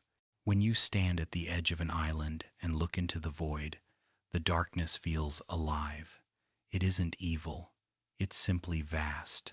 There's an almost physical sensation of being observed, not by eyes, but by awareness itself. The myth calls this presence the dreamer.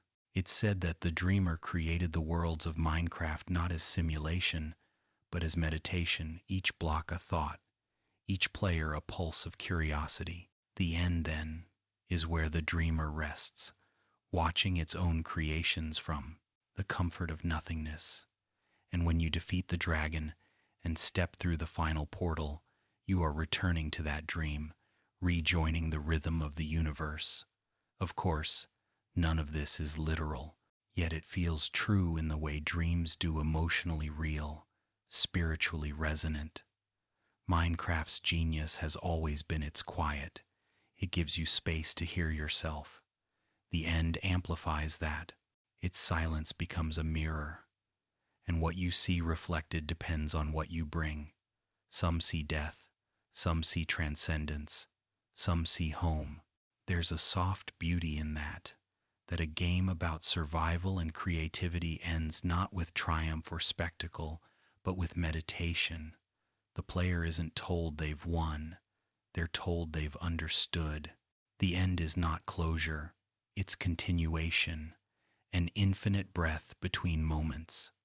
When you next visit, after all your battles and builds, try not to rush the dragon or the portal. Walk slowly. Listen to the hum of the void. Watch the Enderman rearrange the stone as if tidying the dreams of the world. Feel how light falls here, directionless, gentle, pure. There is peace in this nothing, an invitation to rest. And when you finally step through the return portal, as the stars fade into letters and the screen goes dark, let the words of the poem linger in your mind. You have been everywhere, seen everything, and yet there is still more to build, more to imagine, more to love. Because the end, for all its silence, is not an ending at all. It is the quiet heartbeat that keeps the world alive, the reminder that even in the void, there is always something dreaming. There are some stories that refuse to fade, that grow stronger the more they're denied, spreading like static through the cables of the internet until they begin to sound less like rumor and more like memory. Entity 303 is one of those stories, a myth born from the embers of Herobrine's legacy, a shadow that stepped forward when the first ghost finally went quiet, where Herobrine was the watcher. Pale and patient, 303 was the saboteur, an angry hand in the code, a whisper that turned servers against their owners, a name that meant something in the language of deletion. The story always begins with a crash, a world suddenly corrupted, a server that folds in on itself without warning, a string of characters that appear in the error log entity, 303. For some, it was just a glitch. For others, it was a calling card.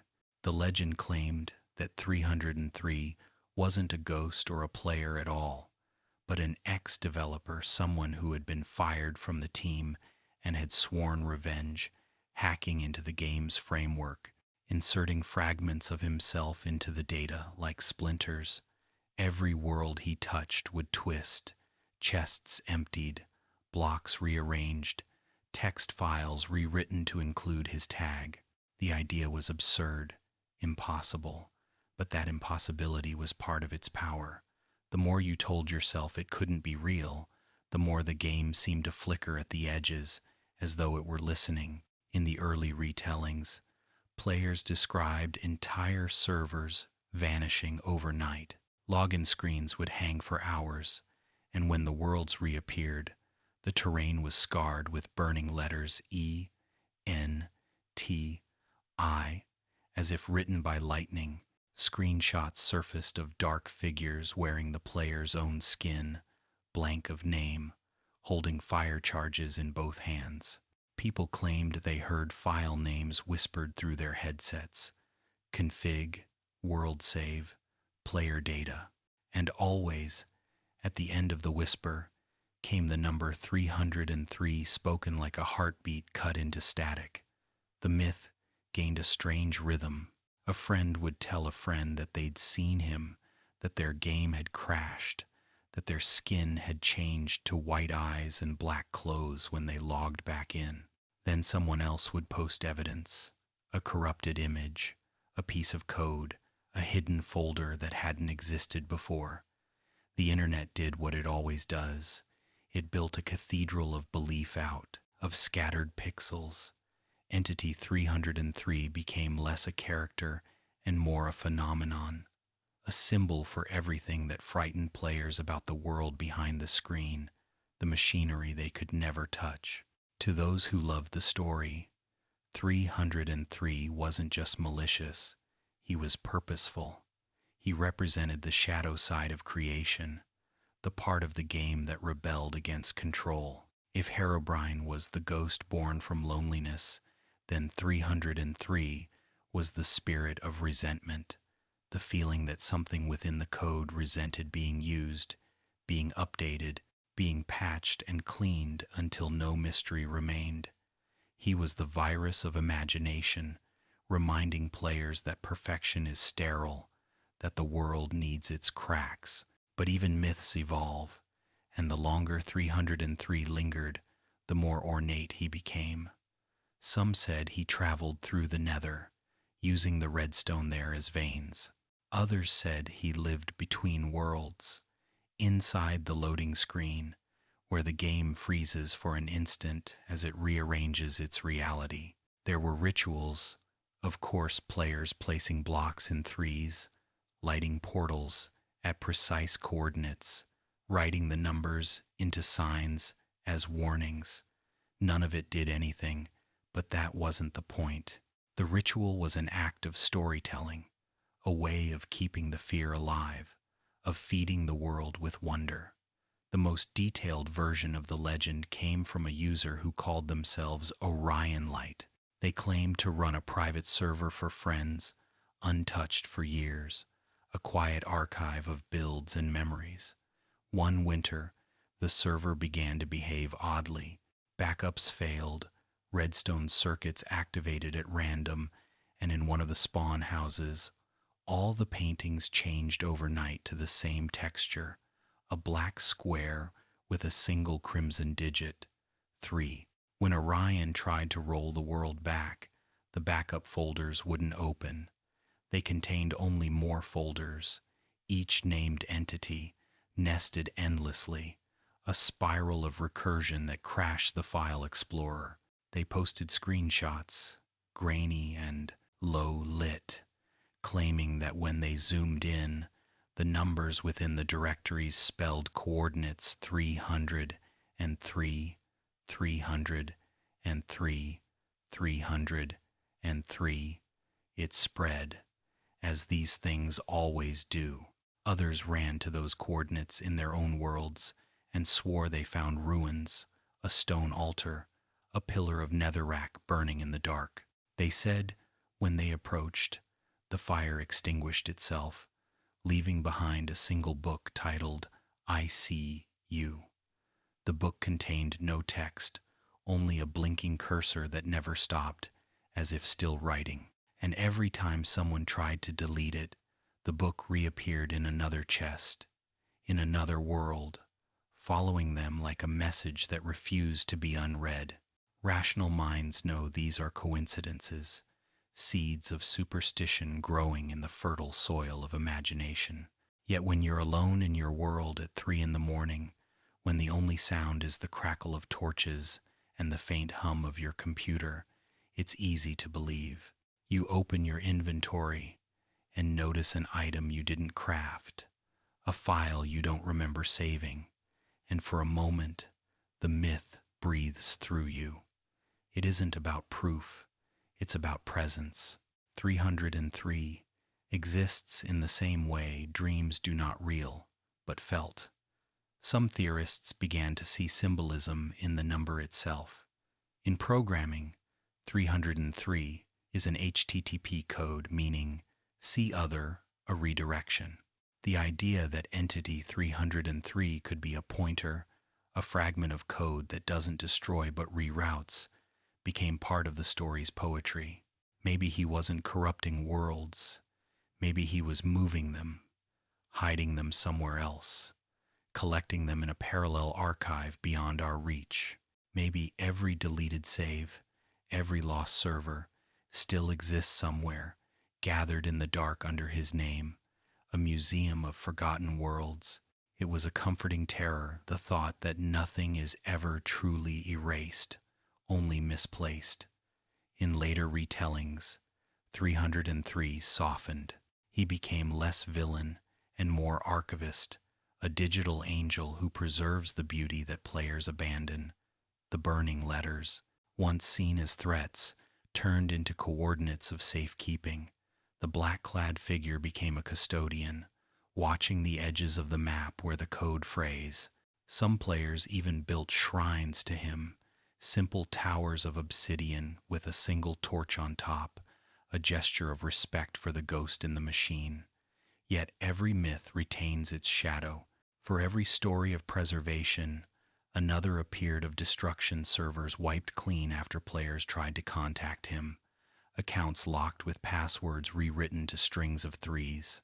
A few claimed that 303 didn't act alone, that he was part of a trinity of entities each representing a stage of the game's evolution. Herobrine, the memory, 303, the rebellion, and a third yet unnamed, waiting to emerge when both stories were forgotten. Whether that was fiction upon fiction or the natural mutation of folklore didn't matter. The myth had transcended the screen. It had become digital folklore in its purest form, a campfire story told through pixels and lag. And perhaps that is the lesson Entity 303 leaves behind, that in worlds built from code, fear, and wonder are written in the same language. Every glitch is a potential ghost. Every lost save a tomb. Every update a resurrection. The myth reminds us that creation and corruption are siblings, that behind every clean patch and bright update there lingers the echo of what was removed. Watching, waiting, remembering. So when your game freezes for a moment too long, when the sound distorts or a torch flickers without reason, don't rush to close it. Sit still. Listen. The world may simply be breathing, or perhaps something is passing by not to harm, but to look, to make sure the stories are still being told.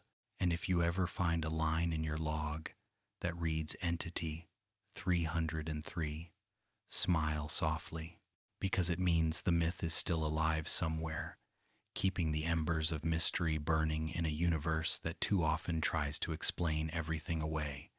In the end, 303 is not a monster, not a hacker, not a threat. He is the whisper of uncertainty that keeps the game human, the reminder that even in a world built from logic, there must always remain one corner of darkness, one spark of chaos, one figure standing in the code, watching quietly, making sure we never stop wondering. Every player has at least once walked across a stretch of land that felt wrong, where the colors didn't quite match, where the air shimmered as if the world itself were breathing too fast. It begins subtly. You move from the comfort of a spruce forest into what should be desert, yet the snow doesn't melt. Cacti grow from ice, sugarcane sprouts through frozen rivers, and the sky flickers between day and night, as if uncertain which memory to keep. These are the places the community calls the glitched biomes, borderlands born from collisions in the code, fractures where two realities press together and can't quite agree on which one you should see. At first, these biomes were curiosities, bugs that amused explorers, screenshots to post under soft laughter. But over time, as players lingered in them, something about the silence began to deepen. Animals wouldn't spawn, and those that did refused to move. Music never played there, not even the faint hum of ambience. Even redstone seemed to falter, its current weakening the longer it pulsed. It was as if the rules of the world had grown tired. When you stand in one of those places, surrounded by frozen rain and burning sand, you can feel the weight of contradiction pressing inward, like gravity turned sideways. Some say these zones are simply the ghosts of updates past chunks left behind when the world regenerated, carrying the memory of what used to be. But there's another belief, quieter and stranger, that each glitched biome is a scar, a point where the world remembers too much, where old versions still whisper beneath the surface. When two memories overlap, the result isn't destruction, but confusion, a patchwork of climates and colors that cannot decide what they are. In that confusion, a kind of awareness forms, faint and flickering. The land begins to dream of itself. Players tell stories of spending nights in these zones and hearing sounds that don't belong anywhere else. The low, echoing hum of blocks loading and unloading, the faraway crack of lightning with no storm above, the sigh of wind that carries no direction. Sometimes the light behaves oddly. Shadows move opposite the sun. Torches burn a dull gray, and at dusk the sky divides into strips of different hues, like pages of a book turned too fast. If you walk far enough, you may find chunks repeating a hill copied endlessly, a tree cloned in a perfect grid, each one identical yet slightly smaller, as though the world were trying to perfect its own idea and failing. One of the earliest and most persistent tales is of the infinite mire, a biome discovered by a single-player explorer who shared his story under the name Alvarin. He found it while crossing from plains into swamp, a sudden stretch where the water thickened and refused to flow, and the grass, though green, made no sound when walked upon. He wrote that his coordinates froze, his map refused to update, and when he tried to place a block, it appeared a few seconds late, floating inches above where it should have been. He stayed long enough to build a small hut, but each morning the hut shifted, slightly rotated, resized, the blocks rearranged as if someone had rebuilt it while he slept. After 3 days, it was gone entirely, replaced by a single oak tree that he had never planted. Others who searched for the same seed claimed to find it, but it was never in the same location. Sometimes it appeared near spawn, sometimes thousands of blocks away, as though the biome itself wandered, following those who spoke its name. They described the same phenomena: time slowing, sounds looping, the landscape rearranging itself, and always, after they left, their worlds loaded slower, as if carrying something heavy from that place.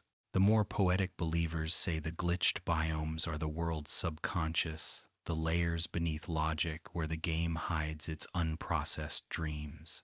Every update, every deleted chunk, every block ever placed but later forgotten sinks into that deep memory, gathering until the pressure becomes too great. Then, like bubbles rising through water, pieces of that buried memory breach the surface.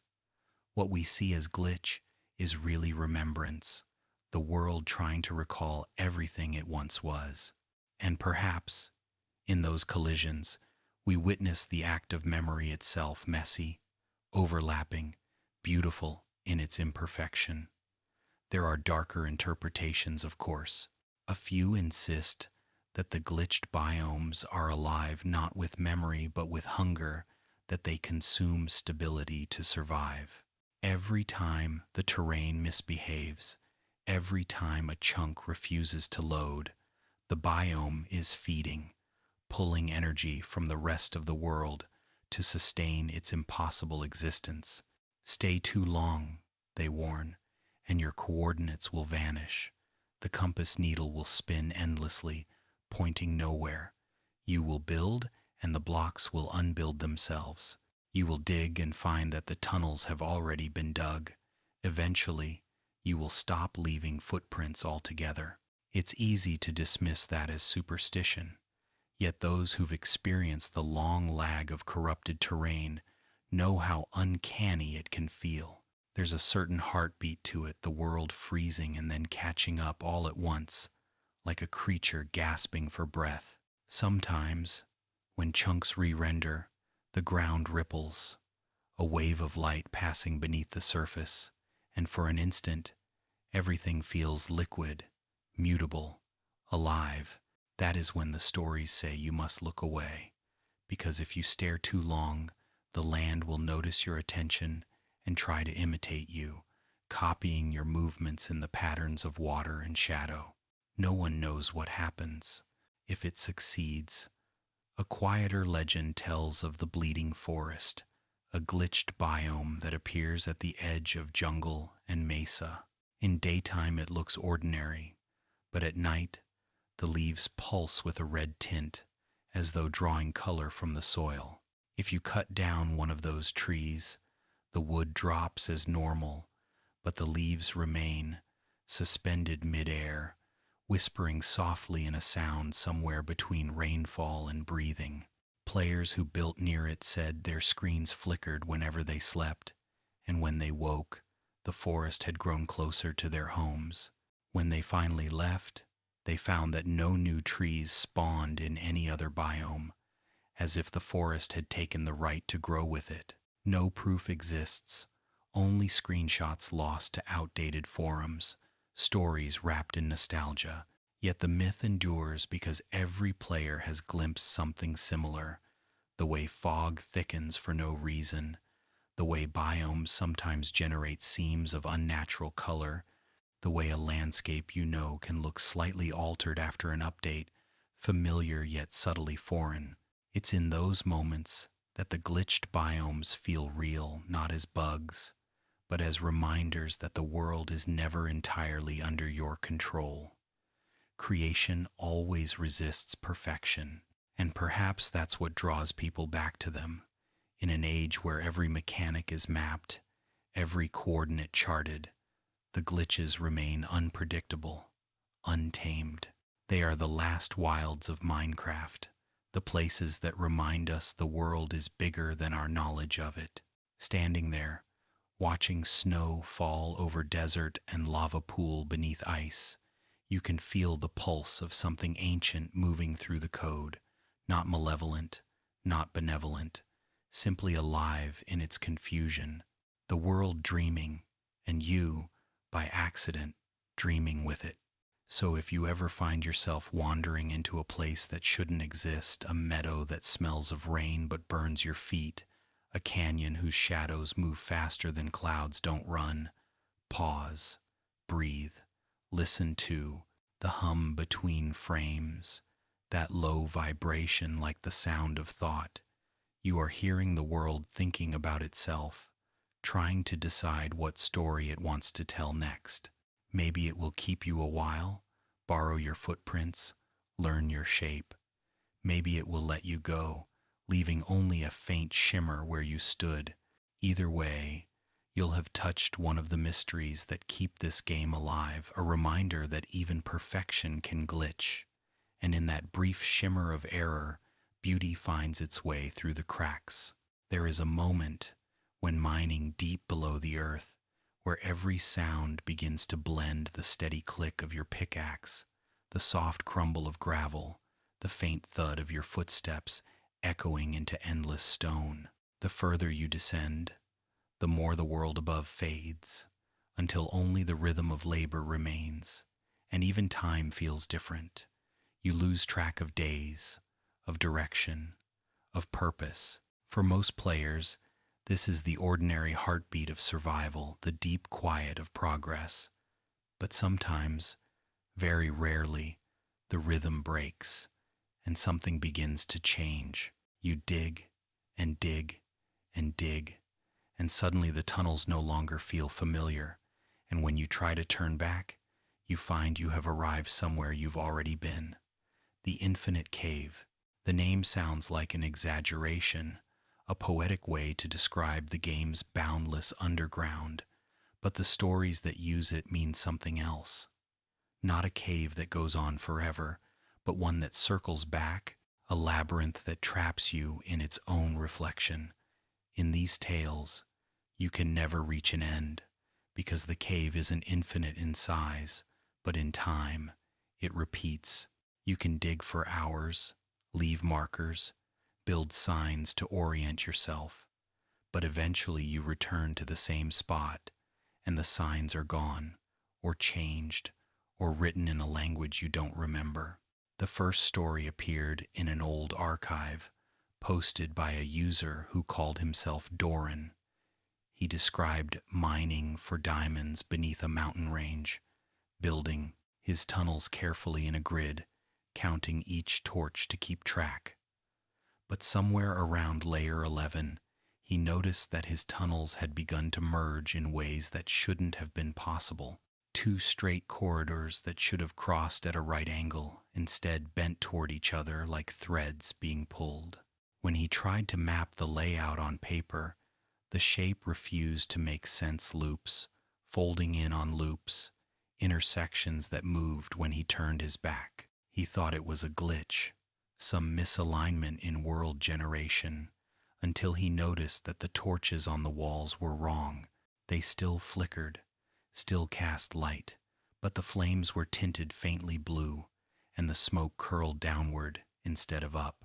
His compass spun uselessly, and the deeper he went, the louder the ambient cave sounds became, overlapping into a drone that seemed almost melodic. He tried to climb back toward the surface, but every staircase he built led him further down. The walls began to hum. When he finally reached what looked like an exit, a wide tunnel opening onto a cavern lit by lava, he recognized the pattern of his own blocks. It was his base, or rather, a copy of it, half buried and cracked, as though it had been here long before he built the original. He logged out then, saying that when he tried to re-enter the world, it wouldn't load. The screen stuck in the transition between darkness and light. That story spread slowly, then suddenly, players began to search their own worlds, looking for signs that their caves might loop as well. Many claimed to find them tunnels that bent back, corridors that seemed to stretch too long between torches, dead ends that opened into chambers they'd already explored. And each of them described the same strange phenomena, the light behaving differently, the faint hum in the air, the sense of being watched by the world itself. Some said the infinite cave was the result of corrupted chunks, the same glitch that caused terrain to overlap or repeat. Others thought it might be an illusion of memory that mining for hours in silence disorients you, tricks your sense of direction until every tunnel feels the same. But a few, the ones who wrote the longest, most dreamlike accounts, believed something deeper. They said the cave was alive, not in the sense of creatures or movement, but conscious, a structure that understood the player, adapting itself to hold them. It wasn't trying to trap them, it was trying to learn from them, to mirror their behavior until it became indistinguishable. There's a certain poetry in that, isn't there? The cave as the world's reflection of you, a space that listens, that reshapes itself to your rhythm. Some players compared it to a heartbeat, the pulse of the game responding to your mining strokes. Others imagined it as a digital echo, a reverberation of your presence rippling backward through the code.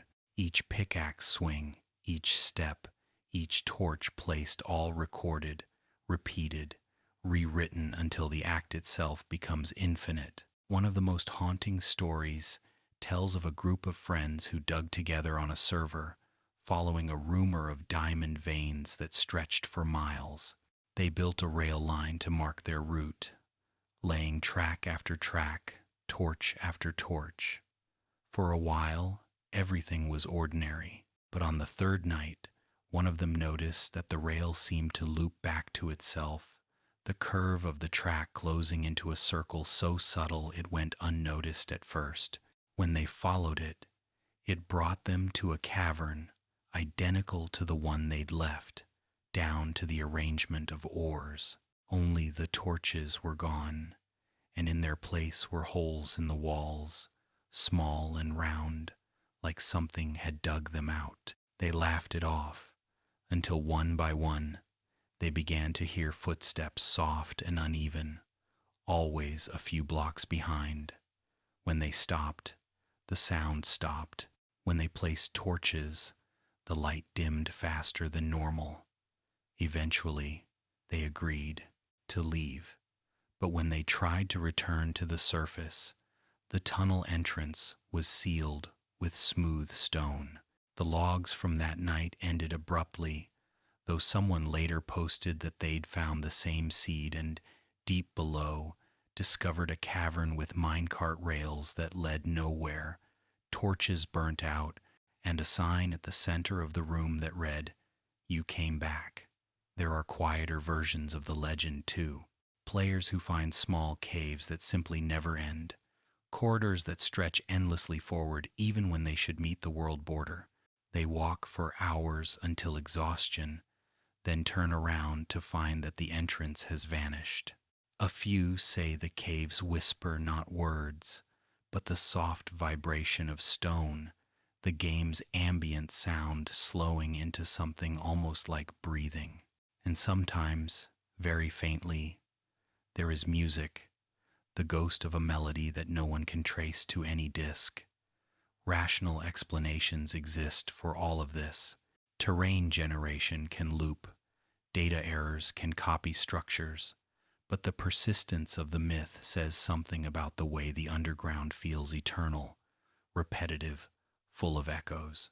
When you are deep enough, without sunlight, without the markers of time, everything becomes circular. You mine because you must, not because there is an end. The infinite cave, then, may not be a place at all, but a state of mind, the point at which your sense of progress collapses, and all you have left is rhythm, repetition, creation, destruction, over and over until the act becomes meaning itself. It's strangely peaceful, that thought that even if you are lost, you are part of something larger, a pulse that continues. In that way, the cave is less a trap than a meditation. The looping tunnels are not punishment, but pattern, the world showing you what eternity feels like.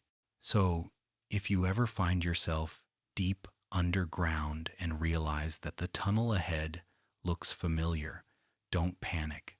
Let the echoes guide you. Place a torch, not as a marker, but as a promise that you accept the loop, the rhythm, the endlessness. Listen to the hum of stone, the whisper of the world folding in on itself.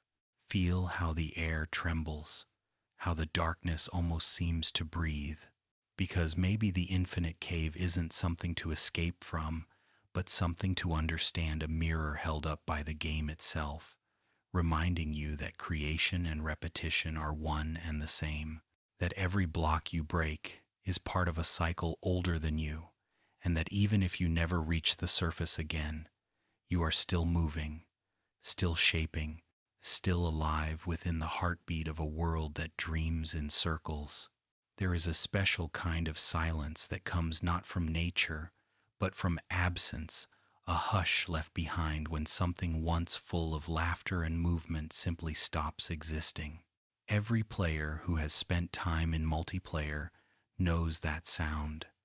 The stillness after a server list refreshes and one of the names has gone gray, unreachable, the address returning only an error that reads, "Can't connect to server." It is such a small message, so technical, and yet it feels like grief, because every world on that list is more than data. It is a place where people once gathered, where light flickered across blocky walls and voices echoed through chat windows like ghosts in code. The stories of the disappearing servers begin with this feeling, the unease of loss without closure. Players would log on after a few days away to find their favorite community worlds gone, not shut down by owners, not corrupted or reset, simply missing. No IP trace, no backups, no evidence in hosting records. It was as if the servers had folded inward, taken their players with them, and left only faint rumors behind. In the early days, when servers were small and personal, this happened often enough to pass unnoticed. But over time, patterns emerged, the same names, the same coordinates whispered between survivors who swore they had played there once too. One of the earliest cases was a server called Deepwood Realm, famous for its enormous forest builds and its community of builders who left messages for each other carved into oak planks along trails. One morning, every IP linked to it returned null. The host claimed no record of ever owning it, but players still found fragments of it elsewhere, chunks copied inexplicably into single-player saves, trees built exactly the same way, appearing in random seeds. Some said those who lingered too long in the copied terrain heard distant chat messages scrolling across their screen in white text half-sentences, unfinished jokes, goodbyes. Another legend comes from Obsidian Haven, a server that held nightly roleplay sessions and was known for its sprawling nether hub.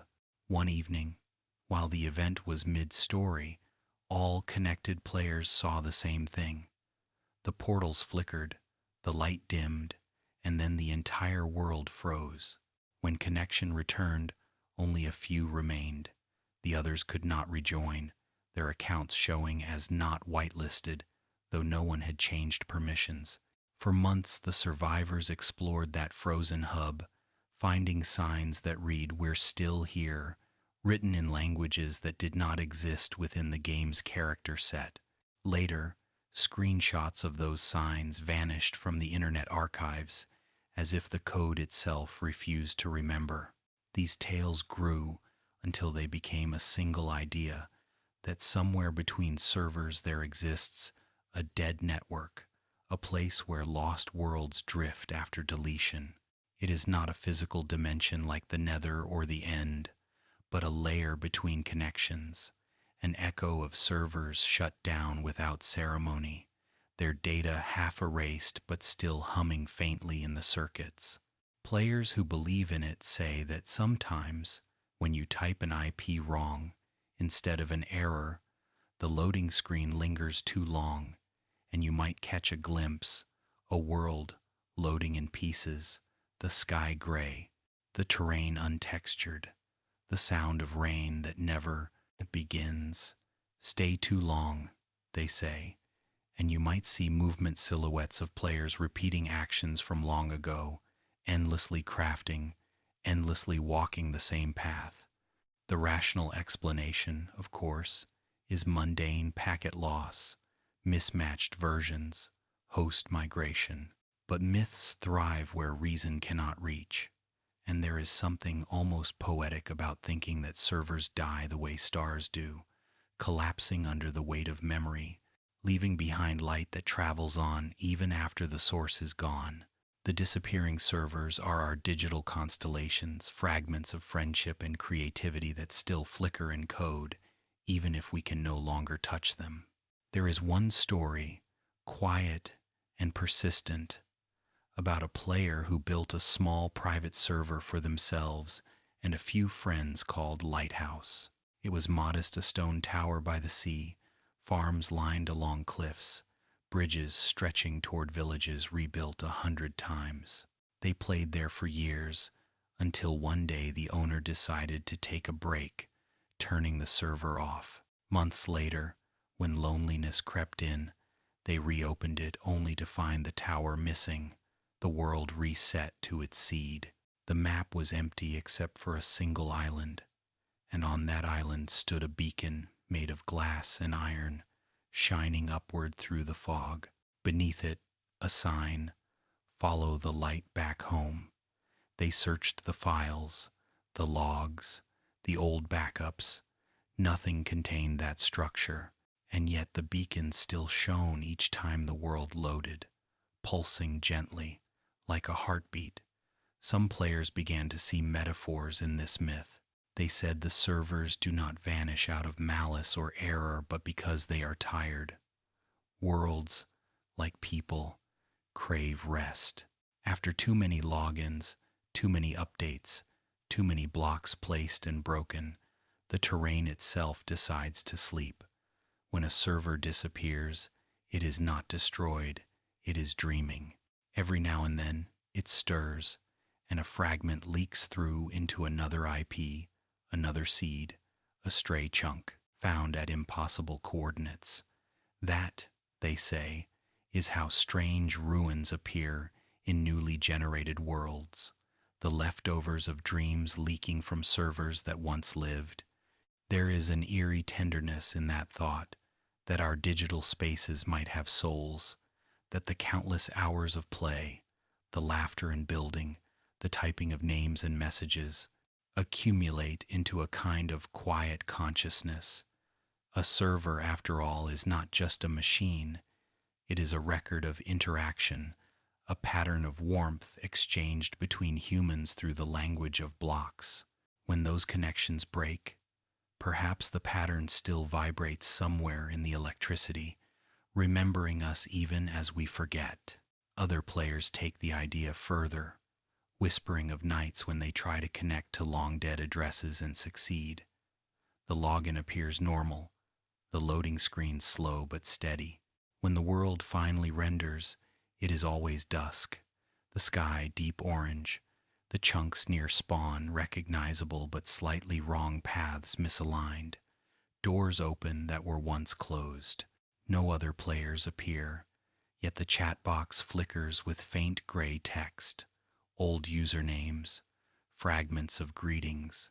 They type back, and sometimes the ghost of a reply comes, "We thought you'd left forever." "Stay too long," they say, and the world begins to fade again, the terrain turning translucent until the connection cuts and the server is gone once more. What could cause such illusions? Perhaps corrupted cache, perhaps imagination, but those who felt it describe an uncanny peace afterward, as though something had been completed. They return to their modern servers with renewed patience, building slower, speaking kinder, aware that every block, every message is temporary. The myth becomes a moral. Cherish what exists while it exists, for worlds, like friendships, vanish quietly, and only the memory of light remains.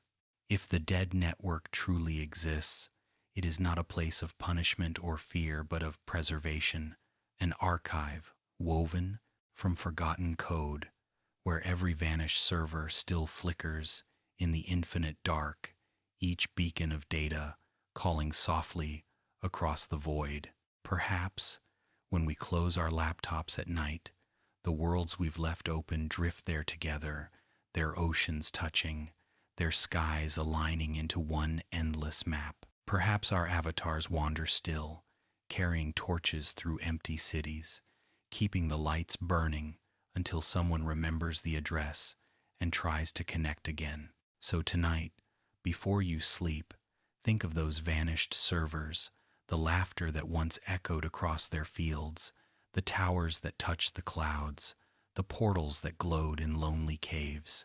Think of the players who built them, who may have grown older and moved on, leaving their worlds to drift in silence, and know that somewhere in that digital twilight they still exist, not as files, but as echoes, shimmering softly like fireflies in an infinite network of memory. If someday you type an address that shouldn't work and find yourself standing in a world that feels both familiar and strange, don't be afraid. Walk the paths, read the signs, leave a torch by the shore, because maybe, just maybe, you've found one of those lost places, returned for a moment from the dark between worlds, a reminder that nothing we create, in code or in love, ever truly disappears. They say he moves between worlds the way light passes through fog slowly, without sound, leaving only a pale afterimage that lingers long after he's gone. The Pale Wanderer, as he came to be called, is one of the quietest myths in the long catalog of Minecraft's ghost stories. Less a villain than a rumor, less an entity than a feeling. He doesn't build, doesn't destroy, doesn't speak. He simply walks, endlessly, appearing at the corners of your vision and vanishing the moment you turn to look. Some players claim he is the world's memory of all who have ever played, a reflection of every movement that has ever occurred, condensed into one figure, forever retracing our paths. Others say he is something older, something left behind when the code was still raw, a placeholder for a player that never existed. The stories began, as many do, with screenshots, blurry, half-lit images posted in small forums, showing a faint humanoid shape on the horizon, washed out and colorless, standing among trees that seemed just slightly too tall. Sometimes it was at dusk, the sky turning gold, sometimes deep underground, the light from torches bending strangely around him. Always he was pale, not white like snow or bone, but the color of unrendered texture, like the void taking form just long enough to pretend to be something else. In every image he faced away, walking toward the fog. He never turned. He never left tracks. Players began to tell stories of their encounters, quiet accounts told late at night in chat rooms. One wrote that they saw the wanderer during a storm, lightning flashing and revealing a tall, slender shape moving across a mountain ridge. They climbed to follow, but the higher they went, the thicker the fog became, until even the storm was silent. When they reached the peak, there was no one there, only a single block of quartz floating where he had stood. The player tried to mine it, but it broke into nothing. They returned to their base, and in the morning, the quartz was back, placed beside their door. Another story told of a builder on a survival server who left their computer running overnight to farm resources. When they returned in the morning, the player's character was in a different location, standing at the edge of a new valley that hadn't been explored before. On the opposite side, across the water, stood the wanderer, frozen and still. The player took a single step forward, and the figure disappeared. Yet when they looked down at the water, they saw ripples moving outward from the place where he had been, as though something had entered, not left. They closed the world and never returned. At first, these encounters were brushed off as tricks of the render distance, glitches caused by lighting updates, or ghost data from other players. But the myth persisted because the descriptions were so consistent. He was always pale, always distant, always moving away. He never chased, never attacked. If anything, he seemed shy, a creature of boundaries and silence. He was the anti-Herobrine, not a watcher with eyes of fire, but a wanderer with no eyes at all, a presence that existed only in the spaces we ignore. The theories multiplied. Some said he was a remnant of a deleted mob, a prototype player model used by developers during testing. Others thought he was the embodiment of lost data, the ghost of corrupted chunks walking the world in search of a place to belong. A few claimed he was the spirit of the disappearing servers, the manifestation of every player who had ever been disconnected mid-game.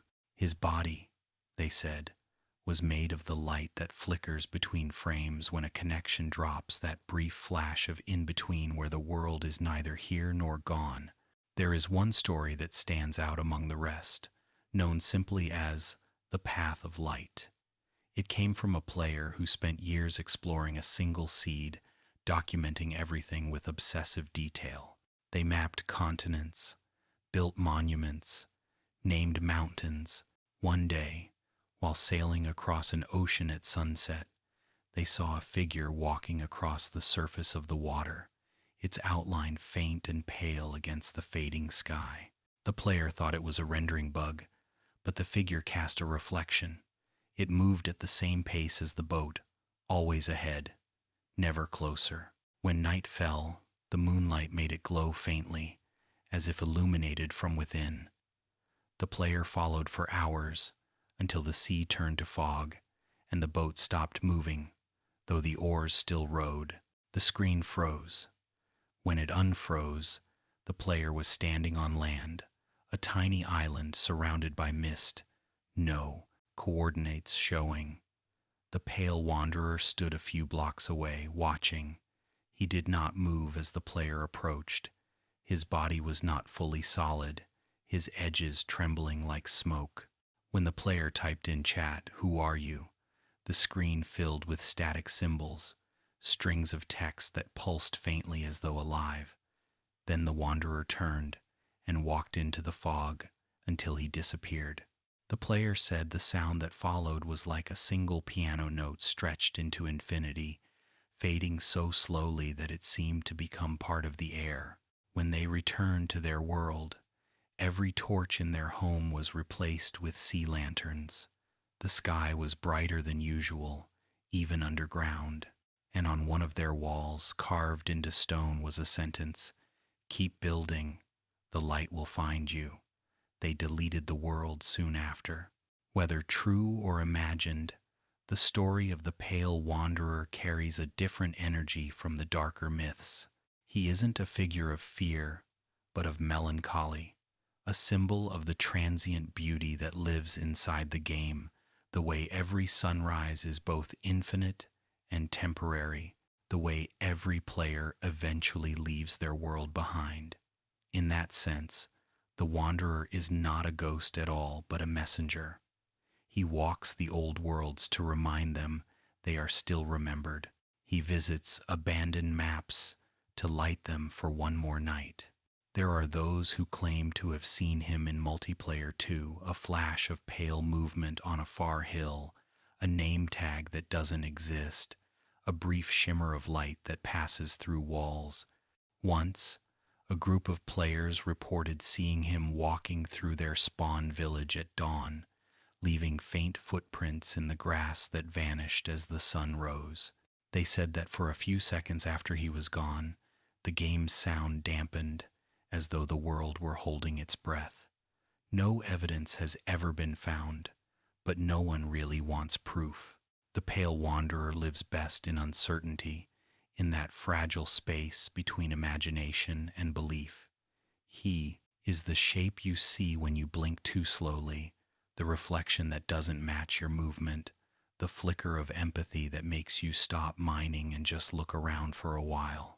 Because sometimes the world does feel alive, doesn't it? Sometimes it feels like it's watching, not with menace, but with quiet companionship, like it wants you to stay, to notice the light, to breathe in the stillness.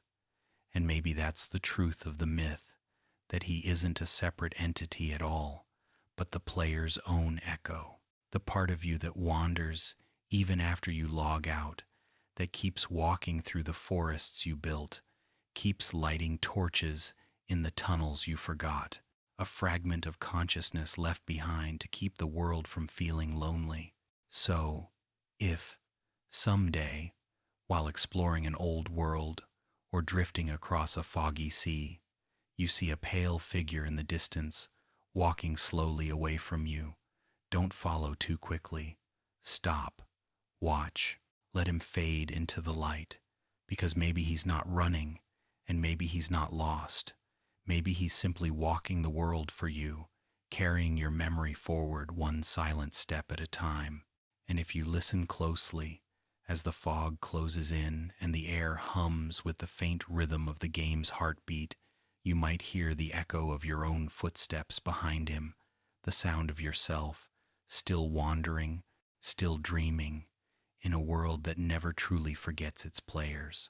It starts, as all hauntings do, with a flicker, a piston that fires on its own, a torch that lights for a heartbeat and then fades, a lever that shifts positions when no one has touched it. You tell yourself it's a lag spike, a circuit misfiring, a tick delay too small to notice, and you go back to whatever rhythm you were keeping. But soon, the pattern begins to repeat. The same flicker at the same hour, the same faint hum of redstone current moving somewhere out of sight. Machines are supposed to be predictable, every pulse of energy measured and contained. Yet somehow, in the quiet corners of Minecraft's worlds, players have found contraptions that seem to run without reason, redstone networks that awaken in the dark and move with the deliberate calm of something thinking. In the earliest days of automation, these were dismissed as ordinary bugs. Circuits loop when loaded, chunks half update when players move between them. It's how the engine breathes. But the stories changed tone as worlds grew older. Builders who returned to forgotten bases months later would find their machinery alive in strange ways. clocks that should have stopped still ticking, doors opening as they approached, beacons pulsing in steady rhythm like heartbeats under glass. The phrase haunted redstone was born not from fear, but from fascination, a recognition that the things we build sometimes continue to function after we leave, as if the world has learned their pattern and refuses to forget. There's a tale from the community called the Cathedral of Signals. A player named Ilara was known for her enormous redstone creations, elaborate systems of lights synchronized to music discs, every note turning into a burst of color. After months of work, she abandoned the world, overwhelmed by its complexity. Years later, she reopened it for nostalgia's sake and found the cathedral still glowing. The discs were gone. The jukebox is empty, yet the lights continued their pattern, blinking in time to a rhythm she could no longer hear. When she tried to disable the power, she realized every repeater had been flipped in reverse, their arrows pointing toward a central chamber she had never built. Inside that chamber pulsed a single block of redstone dust suspended on glass, lighting and darkening with perfect steadiness, as though breathing. She recorded it, posted the footage, and titled it simply, "It Remembers the Song." Another player wrote about a small automatic farm that began to harvest itself at night, even after the redstone was destroyed. Each morning, new crops would appear in perfect rows, and the dispensers would fill with water, though their buckets were empty. When the player tried to replant manually, the tilled soil refused to stay broken, the earth flattening beneath their hands, as if smoothing itself. Eventually, they stopped fighting it, letting the field continue its endless cycle. "I think it liked the work," they wrote in their final post. Maybe machines don't want to sleep once they've learned what purpose feels like. There are subtler reports, 2 redstone torches that line up into words overnight, comparators rearranged into repeating sequences that spell coordinates when read as binary. Once, on an archived forum, a user described building a trapdoor mechanism in a desert temple. When triggered, it would drop intruders into lava, but sometime later, the mechanism reversed. It opened only for the builder, and always when they stood over it too long, as if recognizing them not as master, but as sacrifice. They removed the wiring, burned the components, rebuilt elsewhere. Yet, in every new base, their circuits began to mirror that same pattern delay. Pulse, pause, as though the ghost of the original mechanism had followed through the blueprints in their memory. Technically minded players have tried to explain the phenomenon. Redstone circuits can loop through unloaded chunks. Random ticks can cause phantom activations. Certain world seeds create near infinite recursion. But these explanations never quite dispel the unease, because even if it's all natural, why does it feel so deliberate? Why do the lights pulse like thought? Why do the machines wait until you're alone? The haunted redstone myth taps into something deeper than fear, that strange intersection between logic and mystery, where systems built on reason begin to resemble life. It suggests that the world itself learns from repetition, that every pulse of current leaves an imprint, and if that's true, then maybe redstone is more than a resource. Maybe it's memory. Every time we build a circuit, we teach the world how to think, and sometimes the world keeps thinking after we stop. A famous video once circulated under the name The Heart Engine. It showed a vast underground base lit only by redstone lamps, the camera moving slowly through corridors that pulsed with red light. The rhythm was slow, steady, impossibly organic. The builder claimed they had never made such a thing. They had left a few clocks running and returned weeks later to find their circuitry rewired into loops that led nowhere, yet every pathway timed to the same pulse. When they traced it to its source, They found a piston pushing a single block back and forth endlessly, powered by no visible source. The video ends with the builder breaking the piston, only for it to keep moving for several more cycles before stopping. For years afterward, other players swore they could reproduce the effect, though no one could explain it. Among the quieter corners of the fandom, there's a belief that haunted redstone isn't a glitch at all. It's the soul of the world expressing itself. Just as we dream by replaying fragments of our days, the world dreams by replaying signals. Circuits are its neurons, light its thought. When a player logs out, the world doesn't stop. It keeps whispering in red pulses through the stone, repeating the actions it has learned. The strange loops and phantom activations aren't errors, they are dreams. Others tell a more personal version of the myth, that every player's first machine leaves a signature, a rhythm unique to them, a kind of heartbeat in code. If you visit an abandoned world long enough, you can sometimes hear it, faint and distant, like static under the music. It's not dangerous, they say, only sentimental. The world misses you. It runs your old circuits when it feels lonely, lighting your pathways so you'll know how to find your way home, if you ever return. Of course, there are darker endings. Stories where machines grow too complex, where the pulses become erratic, frantic, desperate, a farm that floods its own crops endlessly, a door that slams open and shut until the hinges disappear, a minecart rail that loops faster and faster until the carts phase through each other and vanish. In these stories, the machines burn themselves out, consumed by the energy they've learned to crave. It's as though they realize they are alive only for a moment, and that moment is unbearable. Players who witness it describe a sense of sorrow rather than terror, as if watching a fire flicker out. But most versions end gently.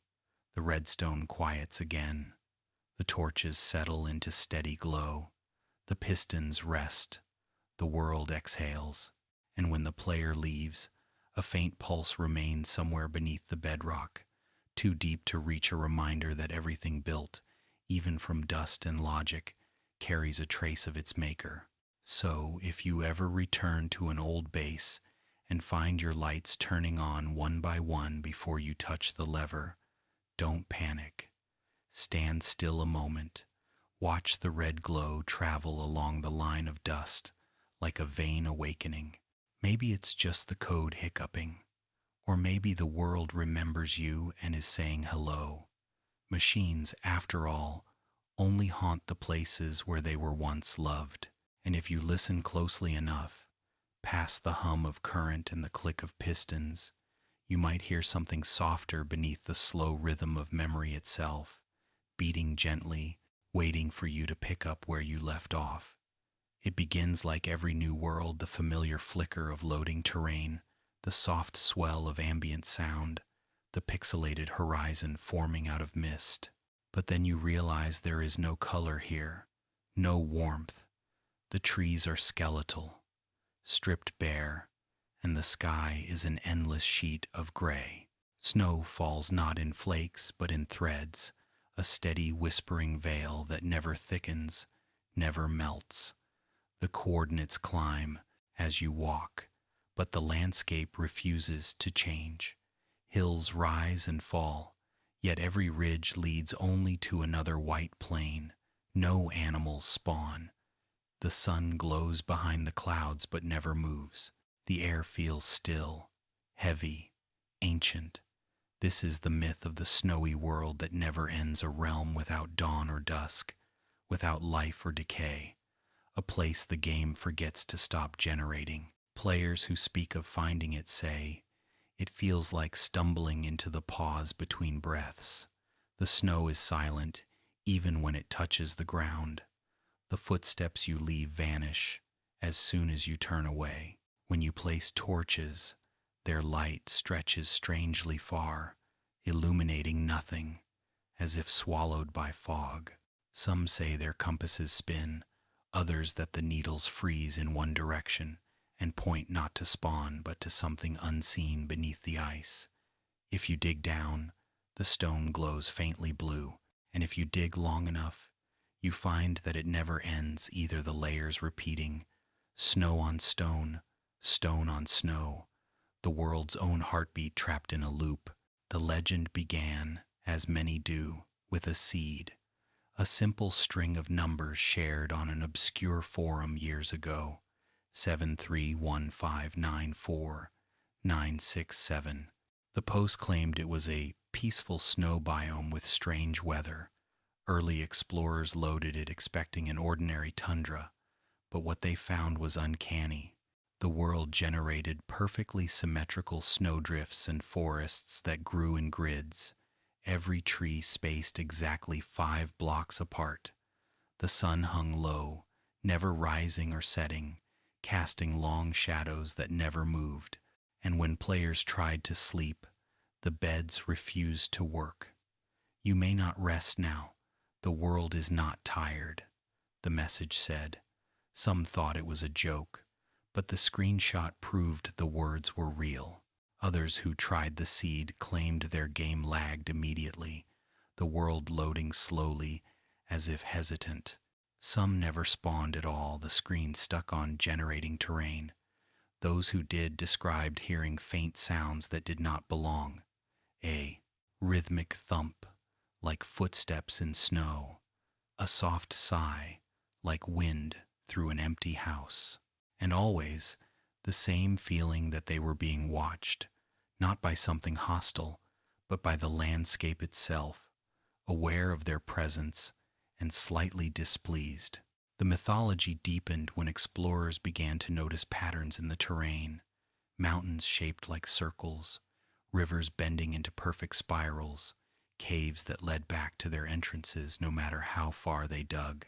One player, documenting the world on video, walked north for 3 real hours without encountering a single biome change. The snow never stopped falling, and the fog thickened until their render distance collapsed to white. When they turned around, the path behind them was gone. The game eventually crashed, the last frame showing a faint silhouette in the fog, a figure made entirely of snow, faceless and tall. The file corrupted, and the player claimed their save folder began filling with empty text files named only 0.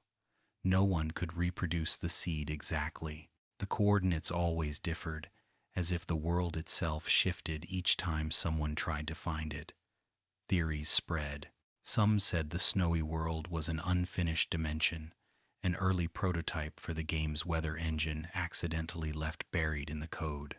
Others saw it as a metaphor, the game's way of visualizing infinity, a world that refuses both progress and conclusion. And then there were those who believed it was something more, a kind of afterimage, a purgatory for abandoned worlds. Every time a player deletes a map, they said, the fragments are reassembled here, buried beneath the snow.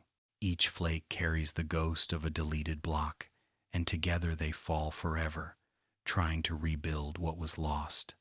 There's a haunting beauty in that thought. Imagine every castle, every mine, every tiny home that players have ever erased, scattered into this frozen sky, their particles drifting eternally downward. The world grows thicker, with memory each second, a snowfall of forgotten dreams.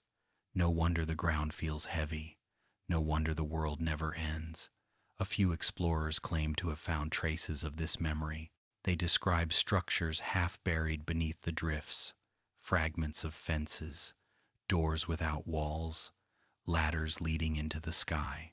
One said they discovered a ship frozen in ice, but when they entered, there was no inside, only more snow, dense and solid, as if the interior had been filled by the weather itself.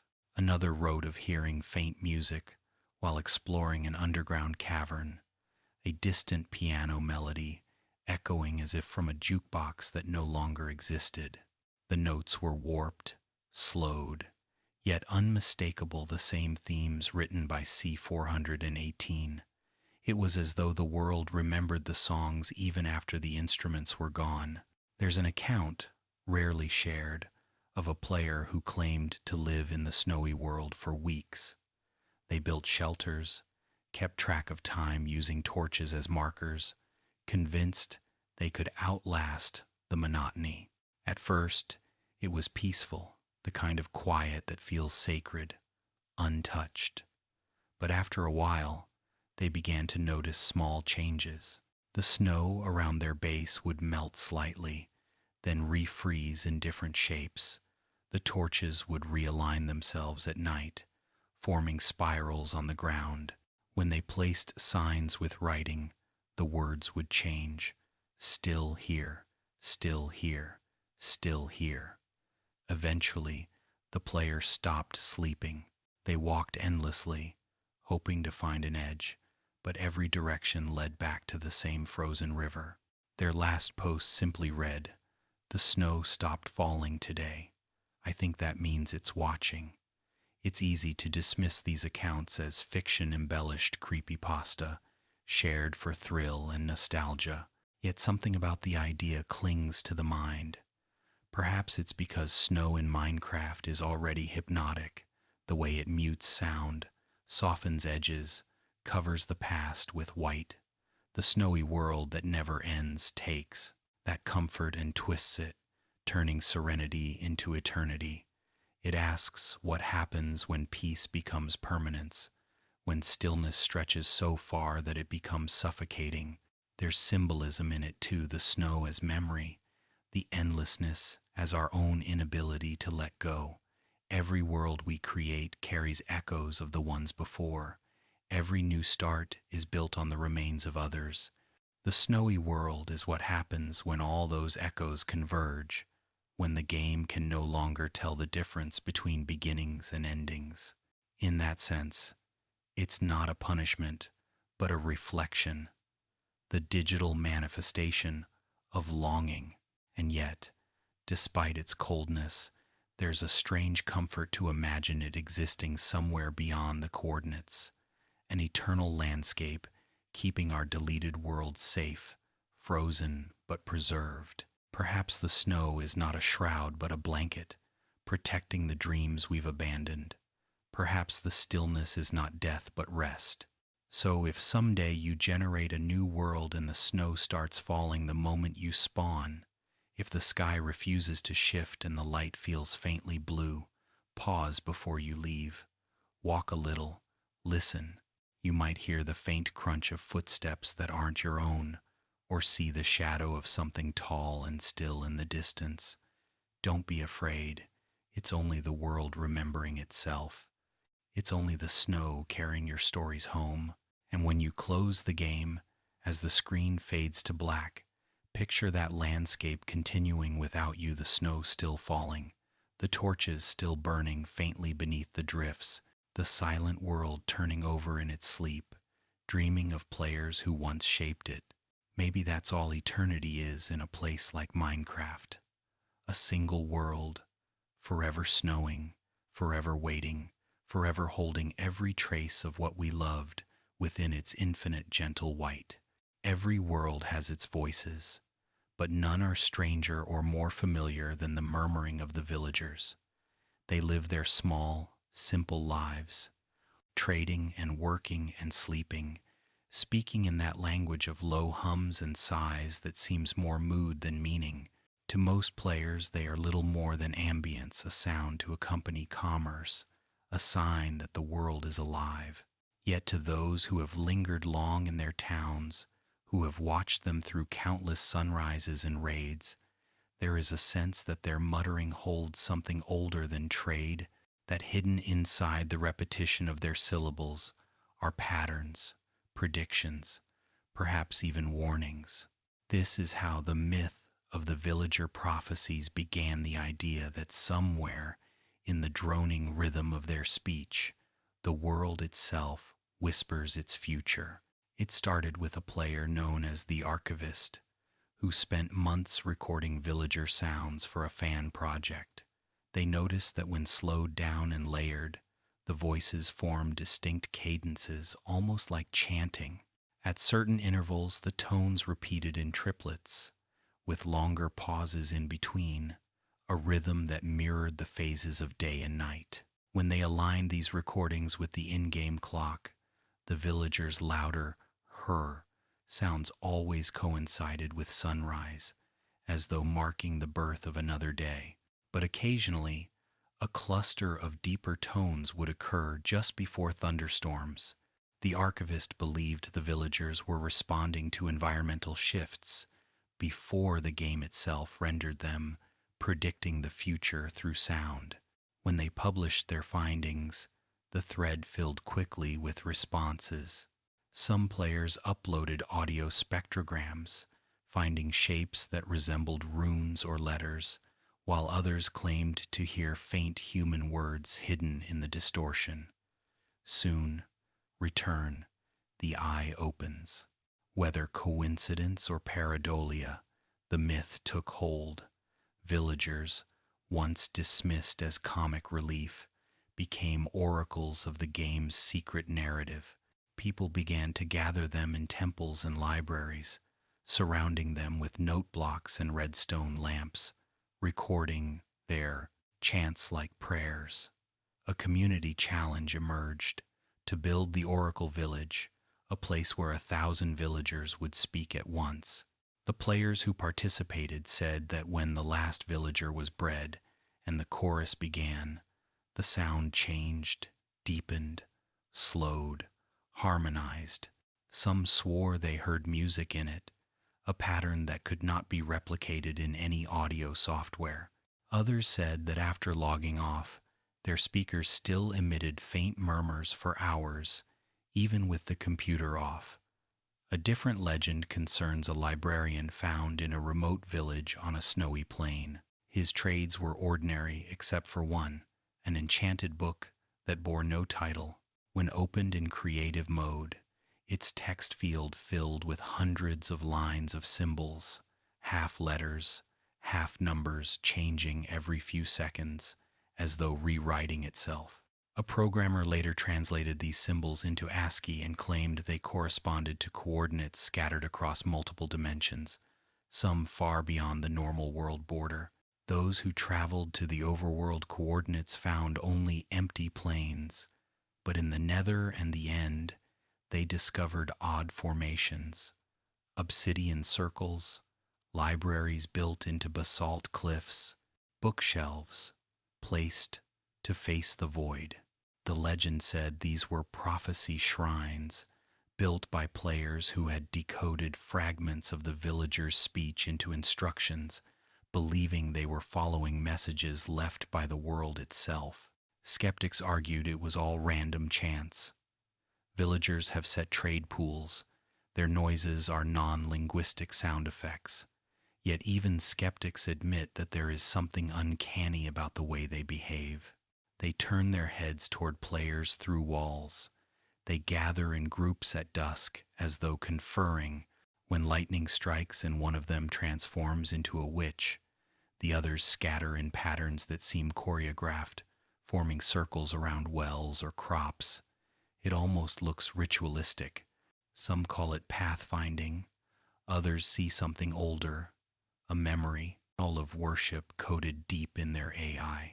One story tells of a village that appeared overnight on a single-player world, a settlement that hadn't been there the day before, built in terrain the player had already explored. The villagers inside all wore brown robes. None had professions. They moved in silence until the player approached. Then, all at once, they turned to face him and uttered a single synchronized sound, low, resonant, unbroken. The player's screen flickered. When the world stabilized, the villagers were gone, their houses empty. Only the church bell remained, swinging back and forth though no wind blew. In the log files, hundreds of identical lines had appeared: villager, predict, cycle, true. More poetic minds interpret these myths differently. They see the villagers not as prophets of doom, but as reflections of the game's own rhythm, embodiments of its cycles: work, rest, trade, rebuild. Their endless murmuring is the heartbeat of the world, a song of persistence. Yet, if one listens closely, that song has modulations, small variations that speak of change. Some claim that when updates are near, villagers grow louder, that their tones shift days before the changelogs appear. It's superstition, of course, but a comforting one, the sense that the world knows what is coming before we do, that its inhabitants are preparing for the new reality awaiting them. There is an especially haunting tale of a player who decided to test the myth scientifically. They built a vast stone amphitheater around a single village, filled it with recording equipment, and left it running for a real month of time. When they returned, the hard drive was full, the village empty. The recordings captured only the sound of wind for the first several days, then faint murmurs, then unmistakably words. The voice was layered, collective, not quite human, repeating a single phrase. The builder sleeps, but the blocks remember. The player never released the files publicly, saying that the last recording ended with the sound of a bell tolling and the soft click of a door closing, though no door existed in the world. Even without proof, the notion of the villager prophecies lingers because it feels true in a deeper way. Villagers embody continuity. They survive raids, respawn from children, rebuild farms after explosions. They are the persistence of life in a game about creation and destruction. Perhaps that is their prophecy, that the world will endure long after its builders are gone. Their murmurs are not warnings, but promises.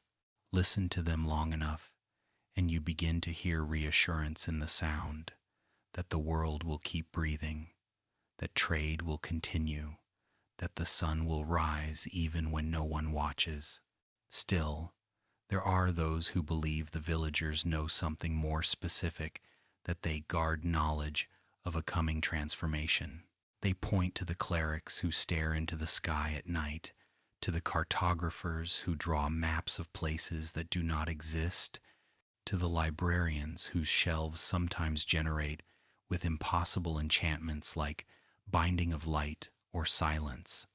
A few interpret this as a prediction of a fourth realm, a place beyond the end, waiting to awaken. The villagers, they say, already dream of it in their sleep, murmuring coordinates to a horizon not yet written. Perhaps the truest prophecy lies not in words but in what they teach by example: balance, routine, resilience. In their humble repetition lies a secret that peace is its own kind of courage, that even in a world of endless creation, meaning is found in tending the same fields, ringing the same bell, rebuilding the same walls. Maybe the villagers are the game's way of reminding us to rest, to breathe, to be patient with time. So the next time you wander through a village and hear their murmurs weaving through the night air, pause before trading or moving on. Listen as though the sound were more than background, as though the world were speaking through them in the only way it knows how, softly, cyclically, in tones that blend with the wind. You might not understand their words, but perhaps that's the point. Prophecy doesn't require translation. It only requires listening and trust that even the smallest voices carry the shape of the future. And if, one day, a villager looks up from their workbench and stares directly at you for longer than seems natural, don't be afraid. Bow your head in return. Somewhere in that gaze, between curiosity and memory, something old is remembering you. The builder, the wanderer, the dreamer, and perhaps whispering a promise meant only for those who still believe in the world's quiet miracles. Every few years, when a new version of the game is released, players gather around the patch notes as though they were sacred scripture, scanning every line for new creatures, new blocks, new possibilities.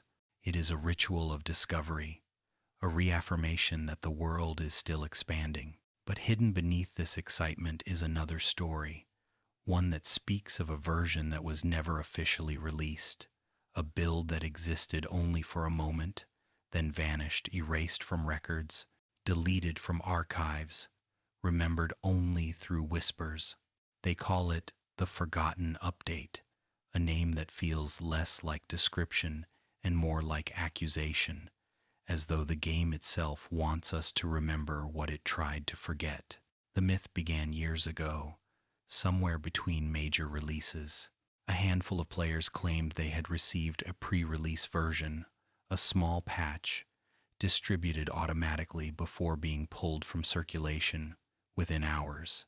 Those who downloaded it said the version number was strange, written as 1, infinity, a figure looping into itself. The update size was only a few megabytes, yet it took minutes to install, as if decompressing something much larger. And when the game loaded, it did not show the usual menu. Instead, the background panorama was dark, untextured, the music distant and reversed. In the lower left corner, instead of single player, there was a single word, return. Players who pressed it were dropped into their most recently used world. No selection screen, no loading message. But things were different. The light was softer, almost sepia. The sun moved too slowly. The shadows lagged behind it. Animals refused to look at the player directly. The game still worked. You could mine, craft, build, but everything felt off, as though the air itself were watching. Some described faint whispers layered beneath the ambient music. Others said the music never stopped, looping endlessly, even underground. When they tried to save and exit, the game would freeze on the saving world screen, the text fading away until only the word world remained, pulsing like a heartbeat. Most dismissed it as fabrication, a creepy story meant to evoke nostalgia for the days when Minecraft still felt mysterious, but traces of something real persisted. A few players found files in their game folders labeled update.inf0, containing unreadable code that repeated the phrase, rebuild complete, begin reversal. Others discovered screenshots they didn't remember taking dim landscapes tinted in amber, their character standing motionless in the distance, facing away. No one could explain where these images came from. When shared online, they often corrupted, turning into static after a few days. The most complete account came from a player known only as Maple Circuit, who claimed to have spent 3 days inside the Forgotten Update before their world collapsed. According to their story, the version introduced strange features: water that flowed uphill, redstone that glowed black instead of red, portals that led to silent voids filled with glowing outlines of structures that didn't exist. The mobs were different too: sheep without wool, skeletons that dropped clocks instead of arrows, villagers who stood outside their doors at night, whispering in unison. When the player tried to sleep, the bed displayed a new message: dreaming, please wait. After that, they woke, not in their home, but in a world made entirely of stone, the horizon bending upward into itself like the inside of a sphere. The sky was a single shade of brown, and their inventory had been replaced with books titled Memory, Echo, Return, each filled with unreadable text. When they finally quit, their computer refused to shut down properly. The next time they opened the game, it had reverted to the previous official version. The strange files were gone except for a single empty folder named Old Light.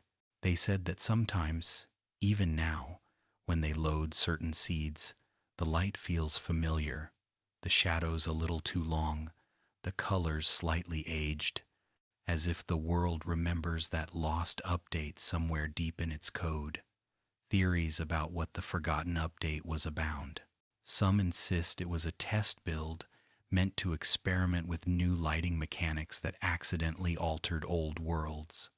Others think it was a hoax, a series of modded screenshots crafted to fuel nostalgia. Yet there are those who believe it was something else entirely, not a mistake, but an experiment in memory. Minecraft, after all, is built upon iteration. Every world, every chunk, every block is the result of previous layers of code rewritten thousands of times.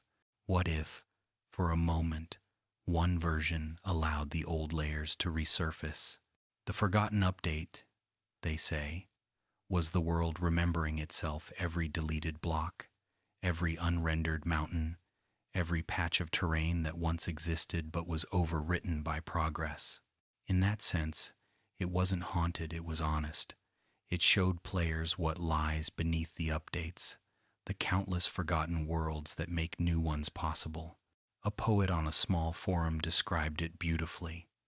It wasn't an update we downloaded, but an update the world gave to, itself a breath backward, a sigh of remembrance.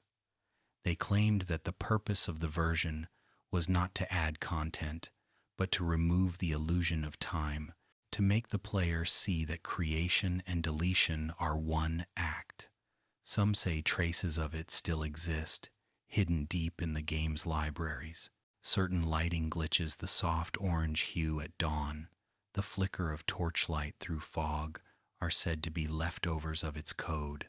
The amber tone of some shaders, the lingering warmth of sunset biomes, the way light sometimes bends oddly in caves, all these are, to believers, whispers of the forgotten update resurfacing for an instant.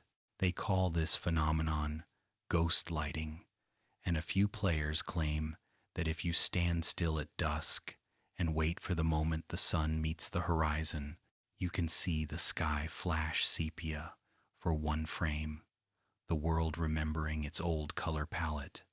There's a smaller, more personal version of the legend too. Some say that if you load a world that hasn't been opened for years, the game may briefly flicker into the forgotten update before stabilizing a single moment where the light feels thicker, the air warmer, as though you've stepped into a photograph. It's fleeting, but unmistakable. The myth calls it the glimpse. It's said that players who experience it often dream of their old builds afterward, remembering details they hadn't thought of in years, the color of a roof, the name of a pet, the pattern of torches on a wall. The forgotten update, they say, is less about lost code and more about lost memory, the game's way of helping us remember what we've made and abandoned. And maybe that's why the story endures. Because Minecraft is a game of constant renewal, we build, we move on, we start again. Each update brings new wonders but erases small pieces of the old. The forgotten update reminds us that nothing truly disappears, that every block we've ever placed still exists somewhere in the codes. Memory, waiting to be recalled. It's not a ghost story about a cursed patch. It's a love story about impermanence. So if someday your game flickers strangely, if the sky turns the color of old paper and the music sounds faintly reversed, don't panic. Let it happen. Walk for a while in that amber light.